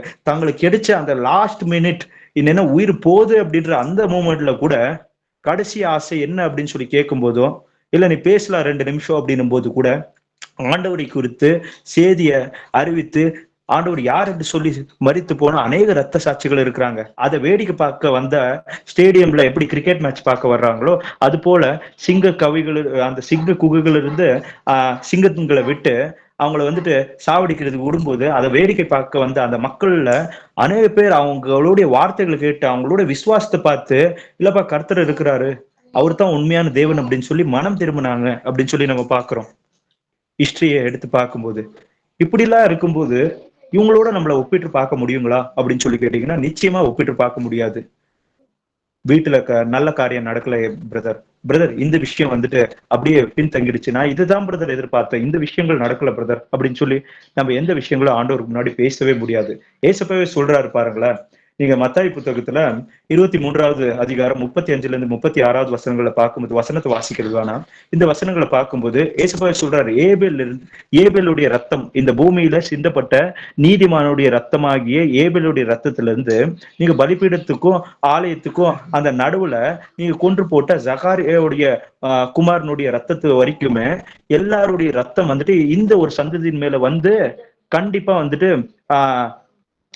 அந்த சாபம் உங்க மேல வரும் அப்படின்னு சொல்லி ஏசப்பா சொல்றாரு. அப்படின்னா அவர்களுடைய ரத்தம் சிந்தப்பட்டிருக்க நீதிமான்கள் தேவனுடைய வசனத்தின் நிமித்தமாக இது உண்மை என்கிறதுக்கு அவர்கள் சாட்சிகளாக இருந்திருக்கிறார்கள். ரத்த சாட்சிகள் என்றால் மரணத்து வரைக்கும் கூட உறுதியாக இது உண்மைதான் என்று சொல்லி சாட்சி கொடுத்தவர்கள் இருக்கிறார்களே.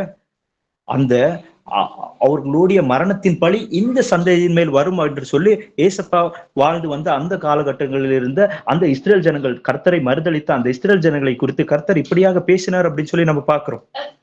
அப்படி என்றால் நீதிமானுடைய ரத்தம் கர்த்தருடைய சமூகத்துல பேசி கொண்டிருக்கு, அவங்க ஒவ்வொருத்தருடைய ரத்தம் வந்துட்டு சிந்தப்பட்டிருக்கு அப்படின்னு சொல்லி நம்ம பாக்குறோம். இந்த விஷயங்கள்லாம் நம்மளுடைய வாழ்க்கையில நடந்தால், ஆனா அது இந்த கடைசி காலத்துல இதெல்லாமே நடக்க போகுது. ஏன்னா நம்ம இந்த கடைசி காலத்துல தேவனுடைய பிள்ளைகளா இருக்கிற நாம் பாதுகாக்கப்படுவோம்.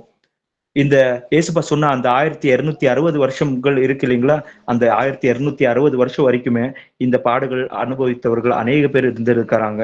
அவங்க எல்லாரும் அதை கடந்து வந்திருக்கிறாங்க. இன்னைக்கு வரைக்குமே ஆண்டவர் பத்தி நம்ம பேசுறோம்னா இவங்க ஒவ்வொருத்தருமே கூட காரணமா இருக்கிறாங்க. இவங்க பரிசுத்தாவினுடைய வழிநடத்துதலோட கூட நடக்க ஆரம்பிச்சிருக்காங்க. என்ன இந்த சிஸ்டர் இப்படின்ட்டாங்க, எனக்கு ஒரு பிரேதலா சொல்ல, ஏதோ இன்னைக்கு வீட்டு கேதரிங் வைக்கணும்னு சொல்லி சொன்னோம், அதோ இன்னைக்கு அந்த வீட்டுக்கு எவ்வளவு நாளா சபைக்கு வராங்க, ஆனா தேவனுடைய சபையில நடந்து கொள்ள வேண்டிய அந்த முறைமைகளை அறிந்து கொள்ளவில்லை அப்படின்னு சொல்லி நான் எதிர்பார்க்கறது போலியான எக்ஸ்பெக்டேஷன்ஸ் படி சில பிஹேவியர்ஸ் அவங்களுக்குள்ள இல்ல, அதனால சோர்ந்து போறேன், என்ன இது யாருமே பேச்சை கேட்க மாட்டேன்றாங்கன்றது போல சோர்ந்து போறதுக்கோ காரணங்களை நம்ம பாக்குறோம் இல்லைங்களா. இப்படிப்பட்ட இன்கோசிஷன்ஸ் எல்லாமே நடந்திருக்கும் போது அவங்கள சோர்ந்தே போல. இந்த விஷயங்கள ஒப்பிட்டு கூட பார்க்க முடியாது. சரி, இன்னொரு வசனத்தை வாசிக்கலாம்.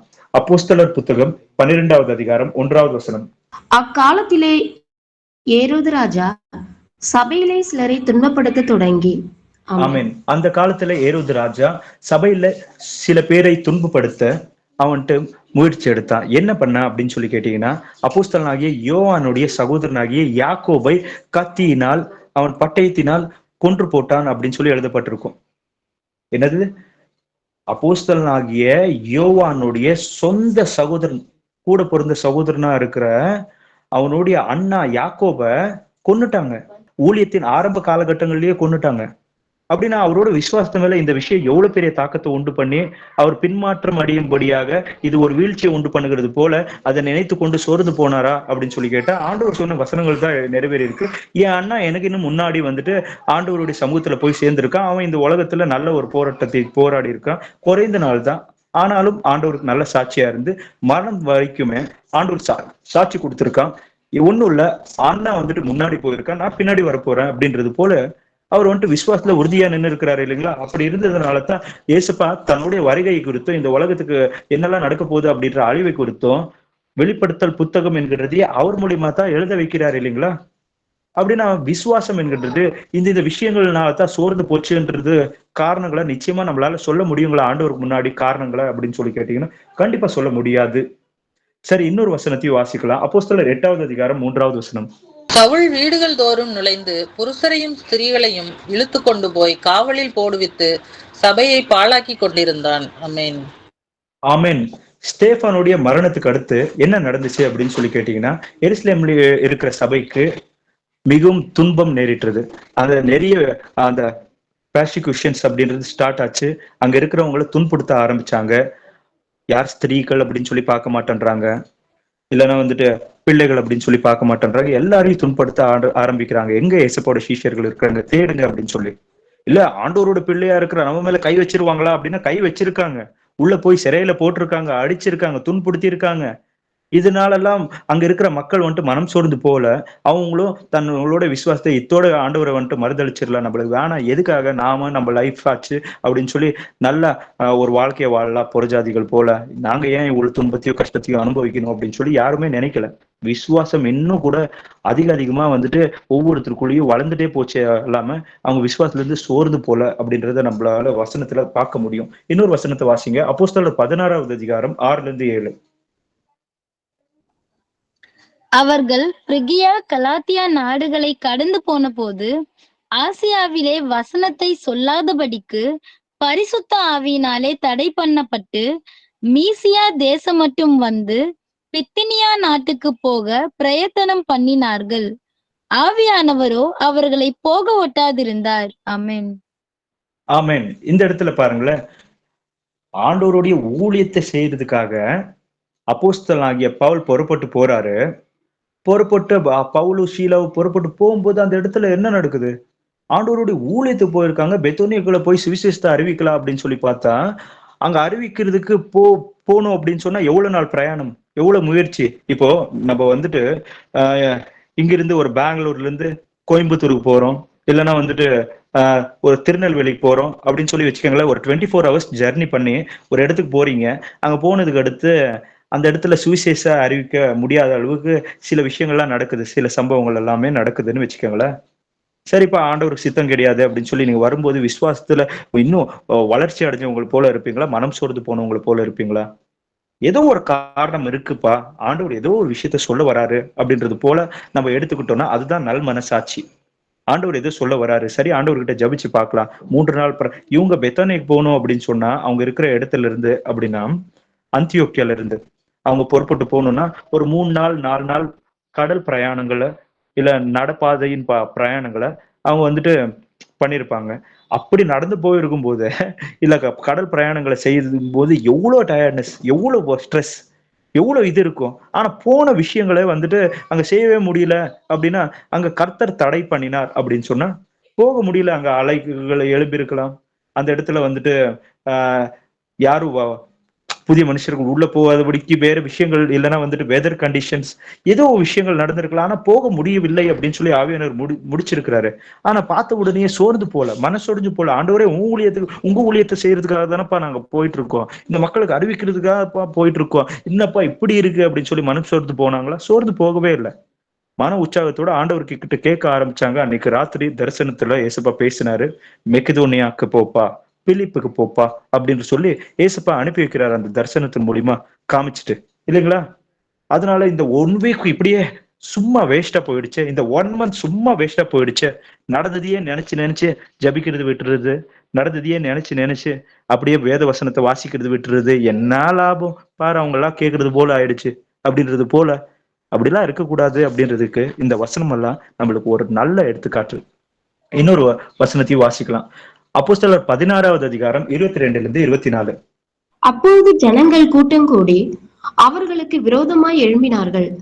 அதிகாரிகள் அவர்கள் வஸ்திரங்களை கிழித்து போடவும் அவர்களை அடிக்கவும் சொல்லி அவர்களை அநேக அடி அடித்த பின்பு சிறைச்சாலையிலே வைத்து அவர்களை பத்திரமாய் காக்கும்படி சிறைச்சாலைக்காரனுக்கு கட்டளையிட்டார்கள்.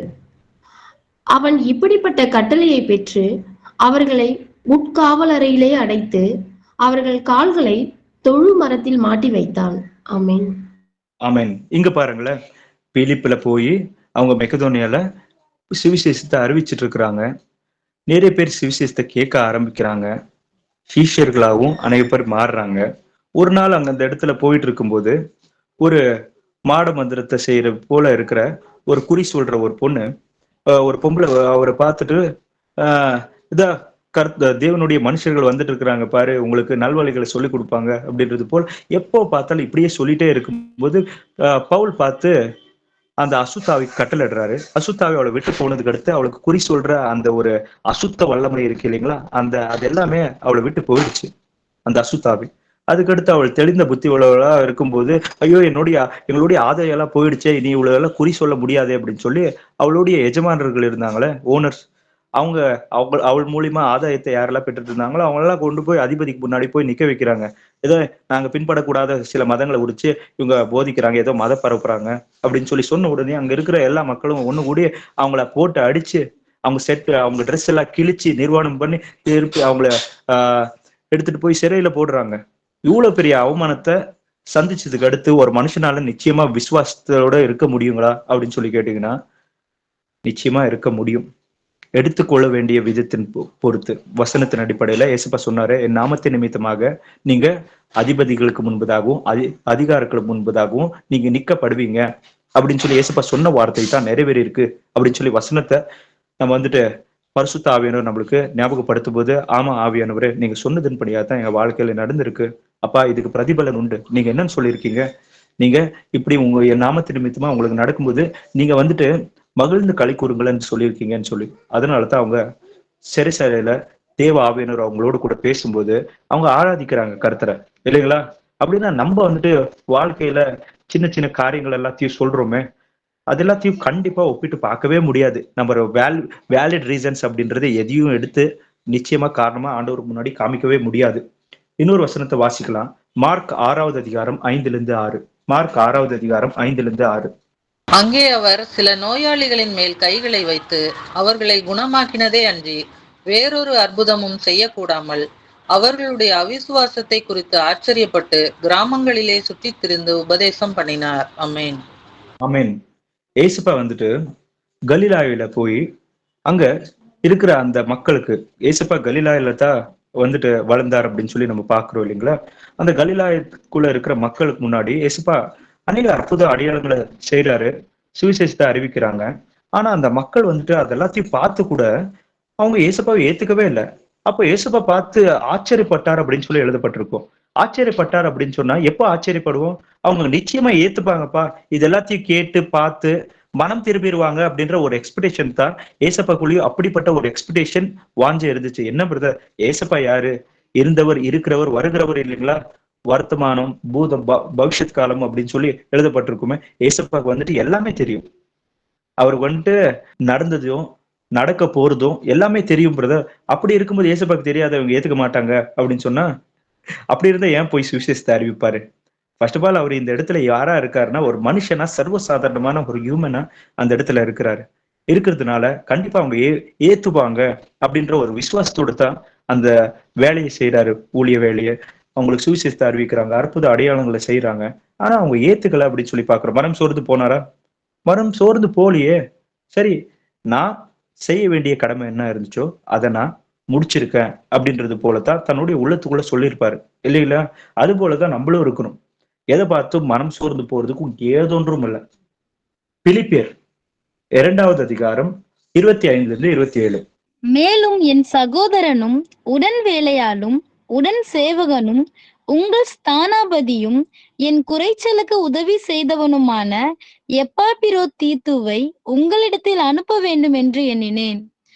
அவன் உங்கள் எல்லார் மேலும் வாஞ்சையுள்ளவனும் தான் வியாதிப்பட்டதை நீங்கள் கேள்விப்பட்டதினாலே மிகவும் வியாகுலப்படுகிறவனுமாயிருந்தான். அவன் வியாதிப்பட்டு மரணத்திற்கு சமீபமாயிருந்தது மெய்தான். ஆகிலும் தேவன் அவனுக்கு இறங்கினார். அவனுக்கு இறங்கினதும் அல்லாமல் துக்கத்தின் மேல் துக்கம் எனக்கு உண்டாகாதபடிக்கு எனக்கும் இறங்கினார். ஆமென். ஆமென். பாருங்களேன், அப்போஸ்தலனாகிய பவுல் எந்த நிலைமையில இருக்கிறாரு? ரோமாபுரத்துக்குள்ள கட்டப்பட்ட நிலைமையில இருக்காரு. அவரை பாக்குறதுக்காக பிலிப்பு பட்டணத்திலிருந்து ஒரு சீஷன் எப்பப்புராதீத்து அப்படின்ற ஒரு சீஷன் புறப்பட்டு போறாரு. புறப்பட்டு போன அவர் வந்துட்டு வியாதியில வந்துட்டு அவர் வியாதியஸ்தரா ஆயிட்டாரு. அந்த இடத்துல வியாதி படுக்கையில படுத்துட்டாரு. சரிங்களா? அதுக்குண்டான காரணம் ஒருவேளை அவர் வந்துட்டு அவருக்குள்ள நோய் வந்திருக்கலாம். இல்லைன்னா வந்துட்டு ரோமாபுரத்துல இருந்த சில சோல்ஜர்ஸுங்க இருக்காங்க இல்லைங்களா, தேவனுடைய வசனத்தை இவங்க அறிவிக்கிறதும் தேவனுடைய வார்த்தையின் அடிப்படையில அவங்க நடக்கிறதையும் பார்த்து அவங்கள துன்புறுத்தி இருக்கலாம். அதனால அவர் வந்துட்டு வியாதியஸ்தரா வந்துட்டு ஒரு படுத்த படுக்கையில விழுந்தது போலியான சில விஷயங்கள் அவருடைய வாழ்க்கையில நடந்திருக்கலாம். ஆனா அப்போஸ்தலனாகிய பவுல் இது எல்லாத்தையும் பார்த்துட்டு என்னன்னு சொல்றாரு? எப்பப்ராதீத்து வந்துட்டு வியாதியஸ்தனா இருந்தாரு, உண்மைதாப்பா. ஆனா துக்கத்தின் மேல் துக்கம் எனக்கு உண்டாவதுபடிக்கு மீண்டும் அவனை வந்துட்டு முழு ஆரோக்கியத்தை ஏசப்ப அவனுக்கு கொடுத்துட்டு அவனை சுகப்படுத்திட்டாரு. அவன் மீண்டும் உங்ககிட்ட வர்றதுக்கு உற்சாகமா இருக்கான் அப்படின்னு சொல்லி லெட்டர் எழுதுறாரு. அப்படின்னா இந்த இடத்துல எப்பப்ராதீத்து வந்துட்டு வியாதியஸ்தனா ஆண்டவருடைய ஊழியத்துக்காக வந்த ஒரு மனுஷன், அவருக்கு இப்படிப்பட்ட விஷயங்கள்லாம் சம்பவிச்சிடுச்சு அப்படின்னு சொல்லி அப்போஸ்தலனாகிய பவுல் சோர்ந்து போனாரா? இல்லைன்னா வந்துட்டு என்னோட நிலைமை மாறுச்சுன்னா என்னுடைய ஐஸ்வர்யத்தையோ என்னுடைய அழகியோ எனக்கு இந்த வறுமைகள் எல்லாமே போயிட்டு இந்த உலகத்தின் செல்வங்கள் இது எல்லாமே இருந்துச்சுன்னா நான் சொன்னா எல்லாருமே சுவிசேஷம் ஏத்துப்பாங்கன்னு இன்னைக்கு இந்த வசனத்தை எழுதுற பவுலுடைய கண்டிஷன் என்னவா இருக்கு? சரிசாயில கட்டப்பட்ட நிலைமையில இருக்கிறாரு. இங்க எப்பப்ராதீத்து ஆண்டவருடைய ஊழியத்துக்கு வந்தவர் அந்த இடத்துல ஏதோ ஒரு காரணத்தினால வியாதியஸ்தரா மாறி இருக்காரு. ஒருவேளை அவர் உடலுக்குள்ள நார்மலா எல்லா மனுஷருக்குள்ள வருகின்ற ஒரு வியாதியை போல ஒரு வியாதி வந்துருந்துச்சுன்னா, நார்மல் வியாதின்றது ஒன்றும் கிடையாது. வியாதி என்கின்றது பாவத்து நிமித்தமாக வரும். அவருக்குள்ள விசுவாச சோர்வுனாலேயோ பலவீனத்தினாலேயோ எதுனாலேயோ அவருக்குள்ள வியாதி என்கின்றது வந்திருக்கு. அதை பார்த்து மனம் சோர்ந்து போல அப்போஸ்தலனாகிய பவுல் எவ்வளவு பேர் வியாதிகளை இருந்து குணமாக்கி இருக்கிறாரு இல்லைங்களா? இந்த இடத்துல வந்துட்டு டக்குன்னு சொல்லி குணமாக்குனாரா அப்படின்னு சொல்லி கேட்டீங்கன்னா, ஆண்டோர் சிச்சித்தா அந்த சிச்சையாக இருந்திருந்தால் 3 மாசமோ 6 மாசமோ அவர் தண்டனை காலத்தின் நிர்ணயத்தின்படியாக அவருக்கு அந்த ஒரு காய்ச்சலோ அப்படிப்பட்ட வியாதியோ அவருக்கு வந்திருக்க கூடும். ஆனா அதை பார்க்கும் பொழுது ஆண்டவருடைய தீர்மானத்தை ஒற்றுக்கொண்டு ஆண்டவருடைய அந்த ஒரு வார்த்தையின்படியாகத்தான் இது எல்லாமே நடந்து கொண்டிருக்கு அப்படின்னு சொல்லி விசுவாசத்துல உறுதியா நின்னாரு. அதன்படியாகத்தான் நாமளும் ஒவ்வொரு விஷயங்களையும் பார்க்கணும். நம்ம நினைச்சது போலயே இப்பவே அப்படின்றது போல ஒவ்வொரு விஷயங்களையும் நம்ம எக்ஸ்பெக்ட் பண்றவங்களா இருக்கக்கூடாது. ஆண்டவருடைய தீர்மானத்தின் படியாகவும் ஆண்டவருடைய கண் பார்வையின் படியாகவும் ஒவ்வொரு விஷயங்களையும் பார்க்கணும். சரி, இன்னொரு வசனத்தையும் வாசிக்கலாம். 1 தீமோத்தேயு 1:19-20. இந்த நல்மனசாட்சியை சிலர் தள்ளிவிட்டு விசுவாசமாகிய கப்பலை சேதப்படுத்தினார்கள். இமெனேயும் அலெக்சந்தரும் அப்படிப்பட்டவர்கள். அவர்கள் தூஷியாதபடி சிட்சிக்கப்பட அவர்களை சாத்தானிடத்தில் ஒப்பு கொடுத்தேன். ஆமீன். ஆமீன். இங்க பாருங்களேன், இங்க தீமோத்தேயுக்கு கடிதத்தை எழுதும்போது அப்போஸ்தலனாகிய பவுல் வந்துட்டு அவருக்கு என்னன்னு சொல்றாரு அப்படின்னு சொல்லி கேட்டீங்கன்னா, நீ நல் மனசாட்சியுடையவனாக இருப்பா. சில பேர் வந்துட்டு அந்த நல் மனசாட்சியை விட்டுட்டு கிறிஸ்துவின் விஷயங்கள்ல கடல் உடைந்து போய் படகு உடைந்து போய் சேதமற்றவரை போல இருக்கிறாங்க அப்படின்னு சொல்லி அப்போஸ்தலனாகிய பவுல் சொல்றாரு. இவங்களை போல எல்லாம் இருக்காதுன்னு சொல்லி கிறிஸ்துவின் விஷயத்துல அப்படின்னா கிறிஸ்துவின் காரியத்தை குறித்து அவங்க படகு உடைந்து போனது போல இருக்கிறாங்க. அப்படின்னா நடுக்கடல்ல அவங்க வந்துட்டு படகுல போகும்போது அந்த படகையே உடைஞ்சு போய் மூழ்கி போனா எப்படி இருப்போம் அது போல இருக்கிறாங்க அப்படின்னு சொல்லி ஏன் சொல்றாருன்னா, ஆண்டவரை ஏத்துக்கிட்டு நான் தவறு பண்ணிட்டேன் பிரதர், நான் ஆண்டவரை ஏத்துட்டு ஏதோ நடக்க ஆரம்பிச்சேன், சொந்தக்காரங்களா ஒதுக்கி வச்சுட்டாங்க பிரதர், பாருங்க என் பையனுக்கு பொண்ணு கிடைக்க மாட்டேங்குது, என் பொண்ணுக்கு நல்ல மாப்பிள்ளை கிடைக்க மாட்டேங்குது, நல்ல வரன் பார்க்க முடிய மாட்டேங்குது, இதோ இந்த கிறிஸ்டியன் ஸ்கூல்ஸுங்கள்ல அதுல எல்லாம் நல்ல பர்சன்டேஜஸ்ல டிஸ்கவுண்ட்ஸுங்க கொடுத்துட்டு இருந்தாங்க, அது எதுவுமே இப்போ கிடையாது பிரதர், பாருங்க இப்போ ஒரே போராட்டமாவே இருக்கு அப்படின்றது போல ஆண்டவர் ஏத்துக்கும் போதெல்லாம் உற்சாகமா ஏத்துக்கிட்டு நடக்க ஆரம்பிப்பாங்க. ஆனா தங்களுக்குள்ள மாத்திக்க வேண்டிய சில விஷயங்களை மாத்திக்காமலேயே இருந்து உலகத்தின் இந்த எதிர்பார்ப்புகளோடயே வாழ்ந்து வந்து அந்த உலகத்தின் எதிர்பார்ப்புகள் நிறைவேறவில்லை என்றால் அதுக்குள்ள நடுவுல என்ன பேச ஆரம்பிச்சிருவாங்க அப்படின்னு சொன்னா, ஏத்துக்கிட்டதையே தவறா போச்சு, இன்னும் இப்படிதான் எவ்வளவு நாள் தான் தெரியல பிரதர் அப்படின்றது போல பேசுவாங்களே. அப்படிப்பட்ட வாய் எங்களுடைய உதடுகளின் வார்த்தை எப்படியாக இருந்தால் இன்னைக்கு அந்த உதடுகள் மாறணும். அப்படிப்பட்ட வார்த்தைகள் நம்மளை விட்டு முற்றிலுமா போகணும். விசுவாசத்துக்குரிய வார்த்தைகள் மட்டுமே நம்மளுடைய வாயிலிருந்து புறப்படணும். இல்லைன்னா நம்மளும் இந்த அலெக்சாந்தரோ ஏதோ இங்க இன்னும் சில மனுஷர்களை குறித்து எழுதப்பட்டிருக்கு இல்லைங்களா, இவங்களை போலத்தான் நம்மளுடைய விசுவாசமும் இருக்கும். நல் மனசாட்சி உடையவர்களாக இருங்க. ஏன் அதே பாடுகளும் அதே உபதிரவங்களும் அதே பாதையில தான் தீமோத்தேயும் பவுலும் பிரயாணம் செய்து கொண்டிருக்கிறாங்க. அவங்களால விசுவாசத்துல உறுதியா நிக்க முடியுது. ஆனா இவங்களால ஏன் முடியல? உலகத்தின் மேல் உண்டாகிற சிற்றின்ப இச்சையினால தான் அவங்க இழுக்கப்படுறாங்க. அப்போ தேவனுடைய வசனம் பாரமா தோணும். அப்பதான் அவங்க வந்துட்டு ஐயோ நடுக்கடல்ல வந்துட்டு கப்பல் உடைஞ்சு சேதம் அடைஞ்சு தாங்க முழுகி போறது போல, ஐயோ நான் பெரிய தவறு செஞ்சுட்டேனோன்றது போல அவிசுவாசமா பேச ஆரம்பிச்சிருவாங்க. அப்படிப்பட்ட வார்த்தைகள் நம்மளுடைய உதடுகளில் இருந்து புறப்படக்கூடாது. 1 தீமோத்தேயு 1:5 1 தீமோத்தேயு 1:5 எங்கள் சுவிசேஷம் உங்களிடத்தில் வசனத்தோட மாத்திரமல்ல, வல்லமையோடும் பரிசுத்த ஆவியோடும் முழு நிச்சயத்தோடும் வந்தது. நாங்களும் உங்களுக்குள்ளே இருந்தபோது உங்கள் நிமித்தம் எப்படிப்பட்டவர்களாய் இருந்தோம் என்று அறிந்திருக்கிறீர்களே. ஆமென். ஆமென். இதோ 1 தீமோத்தேயு 1:5 நம்ம பார்க்கும்போது ஆண்டவருடைய வசனம் இருக்கு இல்லைங்களா, அதுல சுத்தமான இருதயத்திலும் நல் மனசாட்சியிலும் இதோ மாயமற்ற விசுவாசத்திலும் பொறுக்கிற அன்பே தேவனுடைய வசனத்தின் நோக்கம் அப்படின்னு சொல்லி எழுதப்பட்டிருக்கும். அப்படின்னா நல் மனசாட்சி அப்படின்னா என்ன அப்படின்னு சொல்லி கேட்டீங்கன்னா, தேவனுடைய வசனம் இருக்கு இல்லைங்களா, தேவனுடைய வார்த்தையின்படி ஒவ்வொரு விஷயங்களையும் நம்ம பார்த்துட்டு இது நடந்ததுக்கு உண்டான காரணம் என்ன, என்னுடைய வாழ்க்கையில அசம்பாவிதமா இந்த விஷயம் நடந்தது, வியாதி என்கிட்டது வந்தது இருக்கட்டும், அதுக்குண்டான காரணம் என்ன. ஜூட்ரானமியில உபாகமத்துல எழுதப்பட்டிருக்கு 8வது அதிகாரத்துல என்ன 28வது 15வது எழுதப்பட்டது போல இதோ இந்த வியாதிக்கு இதுதான் காரணம் அப்படின்னு சொல்லி எழுதப்பட்டிருக்கு. அப்படின்னா மாற வேண்டியது நான். ஒருவேளை அது எனக்கு பரிசோதனையா சில விஷயங்கள் அனுமதிக்கப்பட்டிருந்தா ஓகே, எனக்கு என்னுடைய விசுவாசத்துக்கு உண்டாகிற அந்த பரீட்சை எனக்குள்ள பொறுமையை உண்டாக்கும் அப்படின்னு சொல்லி வசனத்துல எழுதப்பட்டிருக்கு. அதனால நான் மனம் சோர்ந்து போக மாட்டேன். நான் நினைக்கிறது போல எல்லாம் நடக்கும்போது 2 மணி நேரம் உட்கார்ந்து இருந்து ஜபிக்கிறது சர்வசாதாரணமான காரியம். ஆனா நான் நினைக்காதது போல சில விஷயங்கள் என்னுடைய வாழ்க்கையில் அசம்பாவிதமான சில சம்பவங்கள் நடக்கும்போது அந்த 2 ஹவர் உட்கார்ந்து இருந்து ஜபிப்பேனா முன்ன போல, அதுதான் சாட்சி அப்படின்றது. அதுதான் நம்மளுடைய வாழ்க்கையில வரணும். அது வராம இருந்துச்சுன்னா அப்பப்போ மூழ்கி போறது போல இருக்கிறோம். அப்படின்னா காற்றையும் பார்த்து கடலை பார்த்து எப்படி ஆண்டவருக்கு முன்னாடி நடந்து வந்த பேதுருமோ அப்படியே பயந்துமோ மூழ்கி போனாரோ அது போல விசுவாசத்துக்குள்ள இருந்து அப்படியே மூழ்கி போறவர்கள் போல இருக்கிறோமா? அப்படின்னா கண்டிப்பா நம்ம என்ன பண்ணணுமா, விழுத்திருக்கிறவர்களாக மாறணும் அப்படின்னு சொல்லி சொல்றாரு ஆண்டவர். 1 பேதுரு 3:16 வாசிங்க. 1 பேதுரு 3:16. கிறிஸ்துவுக்கேற்ற உங்கள் நல்ல நடக்கையை தூசிக்கிறவர்கள் உங்களை அக்கிரமக்காரர் என்று உங்களுக்கு விரோதமாய் சொல்லுகிற விஷயத்தில் வெட்கப்படும்படிக்கு நல்மனசாட்சி உடையவர்களாய் இருங்கள். ஆமென். ஆமென். என்னங்களா, கிறிஸ்துவை குறித்து நீங்க வந்துட்டு கிறிஸ்துவை போலவே நடந்து கொள்ளுகிற உங்களை குறித்து தூசித்து பேசுகிற சில பேர் வந்துட்டு வெட்கப்படும்படியா எப்போ நல் மனசாட்சி உடையவர்களாக இருங்கள் அப்படின்னு சொன்னா, எப்போ நம்ம வந்துட்டு கெட்ட மனசாட்சி உள்ளவர்களா மாறுவோம் அப்படின்னா, பாருங்க பிரதர், வீட்டுல நாங்க 5 பேர் இருக்கிறோம், 5 பேரும் இயேசுவை ஏத்துட்டு இருக்கோம். ஆனா நான் விசுவாசத்துல உறுதியா தான் இருப்பேன். இவங்க 4 பேர் என்ன பண்ணிடுவாங்கன்னா அப்படியே விசுவாசத்திலேயே இருப்பாங்க பிரதர், அப்படியே விழுந்து போயிடுவாங்க.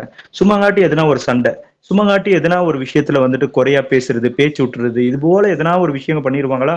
அப்புறமா நானும் கூட சோர்ந்து போயிடுவேன், விசுவாசத்துல இருந்து விலகி போயிடுவேன் அப்படின்னு சொல்லி இப்படி எதை எடுத்தாலும் சின்ன சின்ன சின்ன காரணங்களையே சொல்லிட்டு இதுதான் நான் விசுவாசத்துல இருந்து விழுது போனது காரணம்.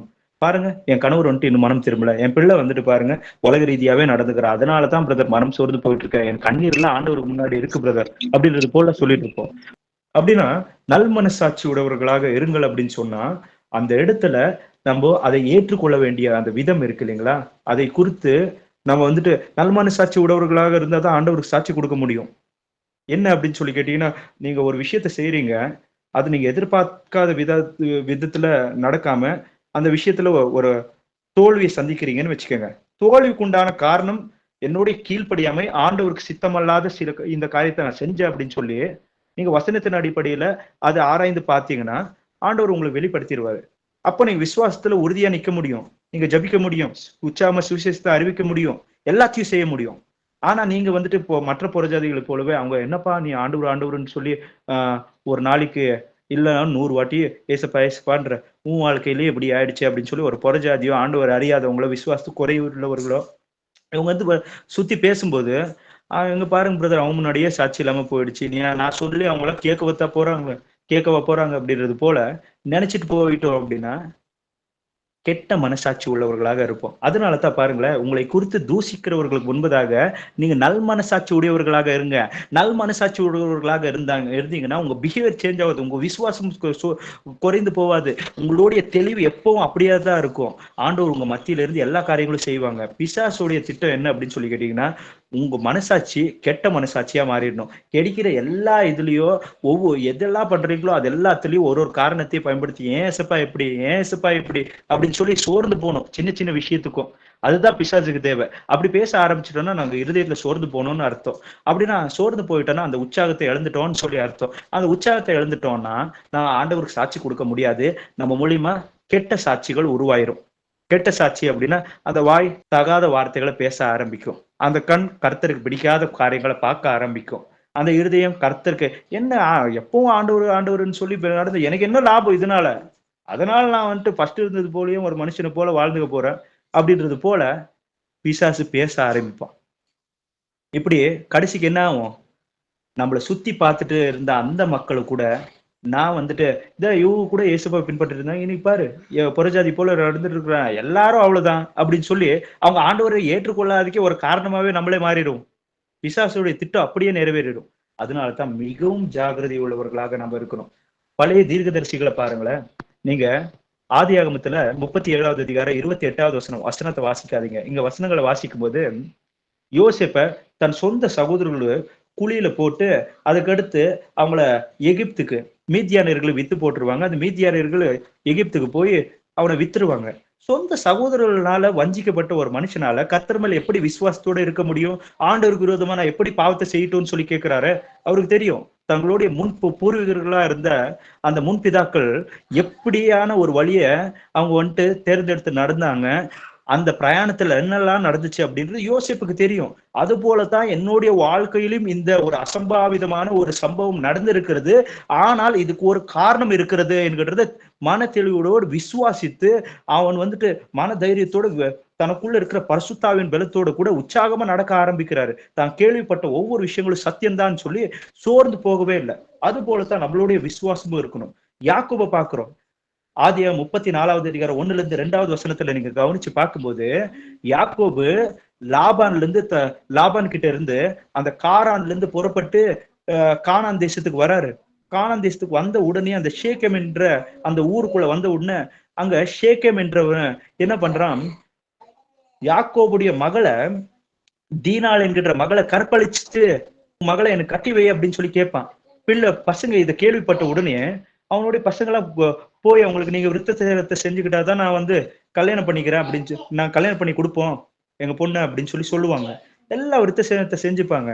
அதுக்கடுத்து அவங்க வழியில துடிக்கும் போது போய் அவங்க எல்லாரையும் சாவடிச்சிருவாங்க. பசங்களும் அடங்க மாட்டேன்றாங்க, கேட்க மாட்டேன்றாங்க. ஒரு சைட்ல பார்த்தா மகளுடைய வாழ்க்கை இப்படி ஆயிடுச்சு, இவங்க கோவக்காரங்களா இருக்கிறாங்க. எல்லாத்தையும் பார்த்து மனம் முடிஞ்சு போல சோர்ந்து போல என்ன பண்றாங்க, இதுக்கு உண்டான காரணம் என்ன அப்படின்னு சொல்லி ஆராய்ந்து பாக்குறாரு. பார்த்துட்டு அங்கிருந்து ஷேக்கம்ல இருந்து புறப்பட்டு போகும்போது ஆதியாகமம் 35வது அதிகாரம் 2வது வசனத்துல சொல்லுவாரு, இதோ நம்ம இப்பவே இங்கிருந்து பெத்தேலுக்கு போலாம், பெத்தேல்ல ஏசப்பா எனக்கு வெளிப்பட்டாரு, நீங்க இன்னில இருந்த உங்களுக்கு மத்தியில இருக்கிற எல்லா சிலைகளையும் எல்லாத்தையும் எடுத்து போட்டு உங்களை சுத்திகரிச்சுக்கங்க, நம்ம அங்க போலாம் அப்படின்றாரு. இதுக்கு உண்டான காரணங்கள் உங்களுக்குள்ள இருந்த கீழ்ப்படைமைகள் தான் அப்படின்னு சொல்லி அவங்களுக்கு கடிந்து புத்திபதி சொல்லி நடங்க அப்படின்னு சொல்லி நடக்க ஆரம்பிக்கிறாரு. சுத்தமா இனிமேலாம் பின்படல, ஆண்டவர் திடமா பிடிச்சுக்கங்க அப்படின்னு சொல்லி புத்திமதி சொல்றாரு.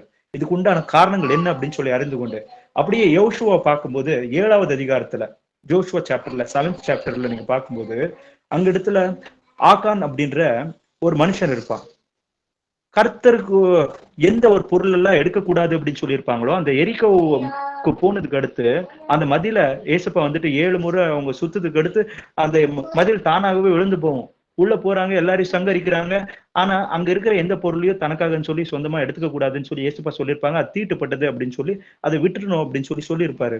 ஆனா இவன் போய் அங்க இருக்கிற வெள்ளியும் அதுக்கடுத்து ரத்தாம்பரம் ஒரு வஸ்திரத்தையும் கொண்டு வந்து பொச்சு வச்சுப்பான். அதனால இவங்க ஆயை என்கிற ஊருக்கு போவாங்க, யுத்தத்தை செய்யறதுக்கு போனா அந்த ஆயை என்கிற அந்த ஊர்க்காரங்க முன்னாடி தோல்வி அடைவாங்க. இதுக்கு உண்டான காரணம் என்ன அப்படின்னு சொல்லி திருப்பி ஆராய்ந்து பார்ப்பாங்க. பார்த்தா இது ஆக்கான் அப்படின்ற இந்த ஒரு மனுஷனால தான் எங்களுக்கு இது நடந்திருக்கு அப்படின்றது புரிய வருது அவங்களுக்கு. அதுக்கடுத்து இந்த பாவத்தை எங்களை இருந்து தொலைத்து போடணும் அப்படின்னு சொல்லி அவனை சங்கரித்து அவனுக்கு ஒரு தண்டனையை கொடுத்து இது போல கர்த்தருக்கு விரோதமா கீழ்ப்படியாம நம்மளுக்குள்ள இருக்கக்கூடாது அப்படின்னு சொல்லி தீர்மானத்தை செய்யறாங்க. அதுக்கடுத்து போற எல்லா இடத்துலயும் வெற்றி பெறாங்க. எந்த விஷயங்களை பார்க்கும்போதோ எந்த ஒரு தேவ மனுஷர்களும் சோர்ந்து போகவில்லை அப்படின்னு சொல்லி வசனங்களை நிறைய இடங்கள்ல நம்மளால பார்க்க முடியுது. அப்படியே நீங்க பாத்தீங்கன்னா லூக்கா 1வது அதிகாரத்துல 5லிருந்து 7வது வசனத்துல பார்க்கும்போது நீங்க ஜக்கரியா எலிசபெத்தை பாக்குறோம். அவங்க வந்துட்டு முதியவர்களாக இருந்தாங்க, வயது சென்றவர்களாக இருந்தாங்க. அப்போ வரைக்குமே அவங்களுக்கு எலிசபெத் வந்துட்டு மலடியா இருந்தாள் அப்படின்னு சொல்லி எழுதப்பட்டிருக்கும். அவள் மலடியா இருந்ததுதான் அவங்களுக்கு பிள்ளை இருக்கல. ஆனா மனம் சோர்ந்து போனாங்களா? மலடியா இருக்கிற தேவனுடைய ஜனங்கள்ல நிறைய பேர் மலடிகளாக இருந்து நிறைய வருஷம் விட்டு அவங்களுக்கு குழந்தை பிறந்திருக்கு. ஆனா அந்த அவ்வளவு வருஷம் வரைக்குமே ஆண்டவருக்கு சாட்சியா இருந்தாங்க அப்படின்னு சொல்லி எழுதப்பட்டிருக்கும். நல்ல காரியம்ன்ற உலகத்துல மனுஷனுக்கு நடக்கிற முதல் நல்ல காரியமே பிள்ளை பெறுகிறது தான். அந்த ஒரு விஷயங்கள் நடக்காத போதும் விசுவாசத்துல சோர்ந்து போகாம இருந்தாங்க அப்படின்னு சொல்லி எழுதப்பட்டிருக்கு. அப்படின்னா தேவனுடைய பிள்ளைகளாகிய நாம் இன்னைக்கு அசம்பாவிதமாக நான் எதிர்பார்க்காத விதமாக சில காரியங்கள் என்னுடைய வாழ்க்கையில் நடந்து விட்டுறது என்று சொல்லி அதனால் நான் விசுவாசத்தில் சோர்ந்து போய் விட்டேன் பிரதர். முன்னை போல இல்ல பிரதர் என்னோட விசுவாசம், அதனால தான் பிரதர் அப்படின்றது போல எந்த காரணங்களையும் கர்த்தருக்கு முன்பதாக நம்மளால சொல்ல முடியாது. கடைசியா ஒரு 2 வசனத்தை வாசிச்சு இந்த பைபிள் ஸ்டடியை நம்ம நிறைவு செய்யலாம்.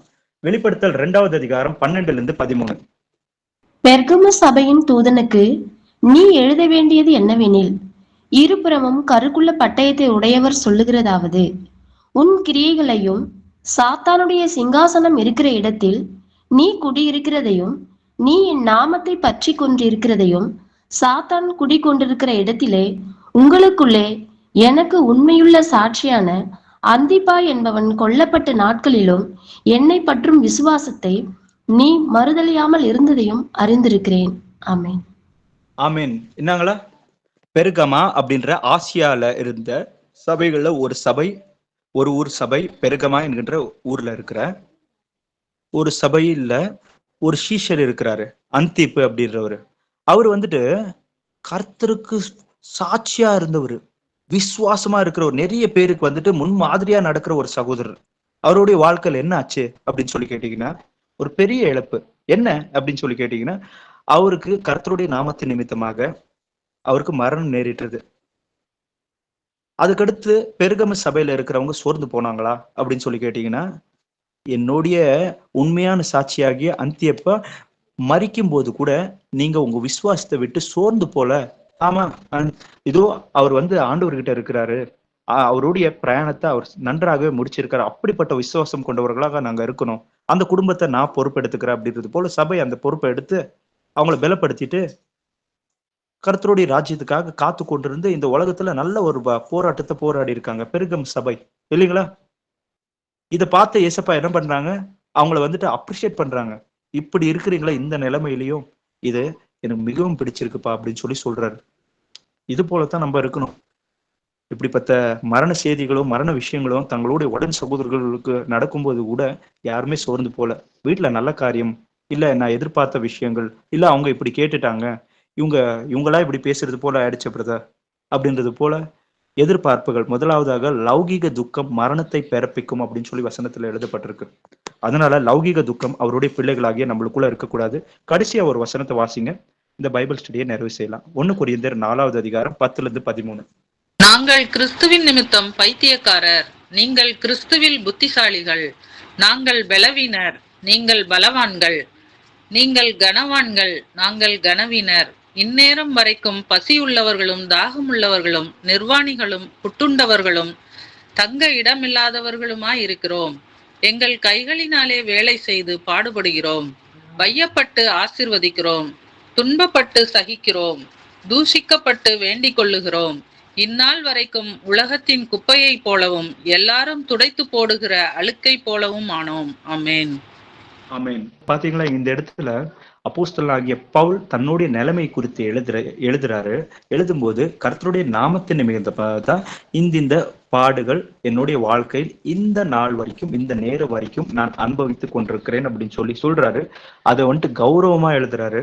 அதை சொல்லி கர்த்தருடைய நாமத்தின் நிமித்தமா நீ பசியா இருந்தாலும் கூட ஓகே தான், ஆனா கர்த்தருடைய வசனத்தை நீ மறுதளித்து உனக்கு சுய லாபத்துக்காக நீ வந்துட்டு நடக்க ஆரம்பிச்சனா உன்னுடைய ஆத்மாவை நீ எழுந்துருவ அப்படின்றதுக்காகத்தான் இயேசு பவுல் மூலியமா இந்த விஷயங்களை அவங்களுக்கு எழுதுறாங்க. இல்லப்பா, நீங்க புத்திசாலி தரங்கமா நீங்க நடந்து புத்திசாலிகளை போல இருக்கிறீங்க, ஆனா அந்த உலக ரீதியான அந்த மாம்சத்தின் புத்திசாலித்தனமான அந்த உலக ஞானம் கர்த்தருக்கு முன்பதாக பைத்தியமா இருக்கு அப்படின்றது போல இருக்கும் அப்படின்றதான் அவங்களுக்கு சொல்றாங்க இல்லைங்களா? நம்ம அப்போஸ்தலனாகிய பவுல போல வாழ்க்கை நம்மளுடைய வாழ்க்கை இருந்துச்சுன்னா கண்டிப்பா கர்த்தருடைய நாமத்தின் நிமித்தமாகவே சில இழப்புகளையும், சில துன்பங்களையும், பாடுகளையும், கஷ்டங்களையும், சில நம்ம எதிர்பார்க்கறது போல நம் செலுத்துக்கின்ற அன்புக்கு மாறாக அவர்களுக்கு முன்பதாக அவர்களிருந்து நம்மளுக்கு தீமையே உண்டாகலாம். அதனாலலாம் சோர்ந்து போறதுக்கு ஏதொன்றும் இல்லை, கர்த்தருக்கே இதா இருக்கு இல்லைங்களா? ஒவ்வொரு தேவ மனுஷனுக்கும் இதா இருக்கு. அப்படின்னா நம்ம என்ன பண்ணணும்? ஆண்டவருக்கு நன்றி செலுத்தணும். உங்க வசனம் எனக்குள்ள நிறைவேறுச்சே அப்பா, நீங்க சொன்னது தாப்பா எனக்குள்ள நிறைவேறி இருக்கு அப்படின்னு சொல்லி விசுவாசத்துக்குள்ள இன்னும் வளர்றதுக்கு தான் இது சாதகமா எடுத்து பயன்படுத்தணும். அதனாலதான் யாக்கோபு புத்தகத்துல 1வது அதிகாரத்துல 1-2 வசனத்துல அது ஆனந்த பாக்கியம் என்று சொல்லி எண்ணுங்கள் அப்படின்னு சொல்லி எழுதப்பட்டிருக்கும். ஆனந்த பாக்கியம் இது எல்லாமே. சரி, நான் கடைசியா ஒரு ப்ரேயர் பண்றேன். ஸ்தோத்திரேசப்பா, சர்வ வல்லமையுள்ள தேவனாகிய கர்த்தரே, ராஜாதி ராஜாவே, வானத்துக்கும் பூமிக்கும் ஆண்டவரே, ஆம் தகப்பனே, நாங்கள் எதிர்பார்க்காத விதமாக அப்பா சில அசம்பாவிதமான சில சம்பவங்கள் எங்களுடைய வாழ்க்கையில் நடக்கும் பொழுது ராஜா, அதுக்குண்டான காரணங்களை ராஜா எங்களை நாங்களே நிதானித்து அறிந்து கொள்ளும்படியான ஞானத்தை, அறிவையும் நிதானத்தையும் எங்களுக்கு நீர் தாரும் ராஜா. என் ஆண்டவராகிய கர்த்தரே, தேவ ஜனங்கள் அப்பா உங்களுக்கு முன்னே இருந்த தீர்க்கதரிசிகள் இப்படியாகவே பாடுபட்டிருக்கிறார்கள் என்கின்றதை நினைவில் கூறுங்கள் என்று சொன்னதுபடியாகவே நாங்கள் அது எல்லாவற்றையும் நினைவு கூர்ந்து அப்பா முன்னோர்களுடைய பாதையில ராஜா உம்மை பின்படுகின்றதுக்கு அந்த ஒரு விசுவாசத்தை நாங்கள் எங்களுடைய விசுவாசத்தை எழுந்து போனோம் என்று சொல்லி நாங்கள் சொல்லி கொண்டிருக்கின்ற அந்த ஒரு அப்பா எங்கே விழுந்தோமோ அந்த ஒரு பாதை, எந்த ஒரு காரியத்திலிருந்து, எந்த ஒரு விஷயத்திலிருந்து, எந்த ஒரு சம்பவத்திலிருந்து நாங்கள் விழுந்தோமோ அந்த சம்பவத்தை நினைவில் கூர்ந்து அப்பா அதற்காக மன வருந்தி அதுக்குண்டான காரணம் அப்பா நாங்கள் தான் என்கிறதை கர்த்தாவே முற்றிலுமாக உமக்கு முன்பதாக ஒற்றுக்கொண்டு அப்பா இதோ ராஜா உம்மால் மன்னிப்பை பெற்றுக்கொண்டவர்களாக அப்பா விசுவாசத்தோடு கர்த்தாவே மீண்டும் எங்களுடைய ஓட்டத்தை தொடர அப்பா ஒவ்வொருத்தருக்குமே நீர் உதவி செய்வீராக ராஜா. நிச்சயமாக உங்களால் எல்லாம் கூடும் என்கிறதை நாங்கள் விசுவாசிக்கிறோம் ராஜா. நீர் இன்று பேசின ஒவ்வொரு வார்த்தைகளும் இங்கு கூடி வந்திருக்கின்ற ஒவ்வொரு சகோதர சகோதரியோட பேசினீர். ஆம் ராஜா, நாங்கள் எந்த ஒரு சகோதர சகோதரியோடையும் அப்பா இதோ எந்த விதமான ஒரு எதிர்பார்ப்பும் என்னுடைய எண்ணத்தின்படியாக அவர்கள் இருக்க வேண்டும். நான் இவ்வளவு அன்பு கூறினேன், நாங்கள் இப்படியாக இவ்வளவு காரியங்கள் கர்த்தருக்காக செய்யும் பொழுது இவர்கள் ஏன் இப்படி செய்யவில்லை, ஏன் இப்படி நடந்து கொள்கிறார்கள் என்று சொல்லி யாரை பாற்றும் ராஜா அவர்களுடைய விசுவாச பலவீனங்களை பார்க்கும் பொழுது மனம் சோர்ந்து போகாமல் ராஜா அப்பா நாங்கள் கர்த்தருடைய அப்பா ஊழிய பாதையில் படுகின்ற பிரயாசம் என்கின்றது ஒரு காலமும் வீணாய் போகாது என்று சொல்லி அறிந்து கொண்டு அதுக்கு அப்பா நிச்சயமாக நீர் வரும் அந்த நாளில் அப்பா இதோ அதுக்கு பிரதிபலன் உண்டு என்று சொல்லி அப்பா விசுவாசித்து விசுவாசத்தோடு கூட கர்த்தாவே அப்பா இந்த உலகத்தில் ராஜா நீர் நியமித்திருக்கிற அந்த நாள் வரைக்கும் நாங்கள் அந்த பிரயாணத்தை ராஜா அப்பா சந்தோஷமாக செய்ய என் தேவனாகிய கர்த்தரே நீர் எங்களுக்கு தந்தரில் இருக்கிற உம்மோடைய பரிசுத்தாவினால் உதவி செய்ய வேண்டும் என்று சொல்லி வேண்டிக் கொண்டு கூடி வந்திருக்கிற எல்லா சகோதர சகோதரிகளை இயேசுவின் மகா பரிசுத்த நாமத்தில் ஆசீர்வதித்து இயேசுவின் நாமத்தில் வேண்டிக் கொள்கிறேன் ஜீவனுள்ள நல்ல தந்தையே. ஆமென். Praise lord brothers, praise lord sisters.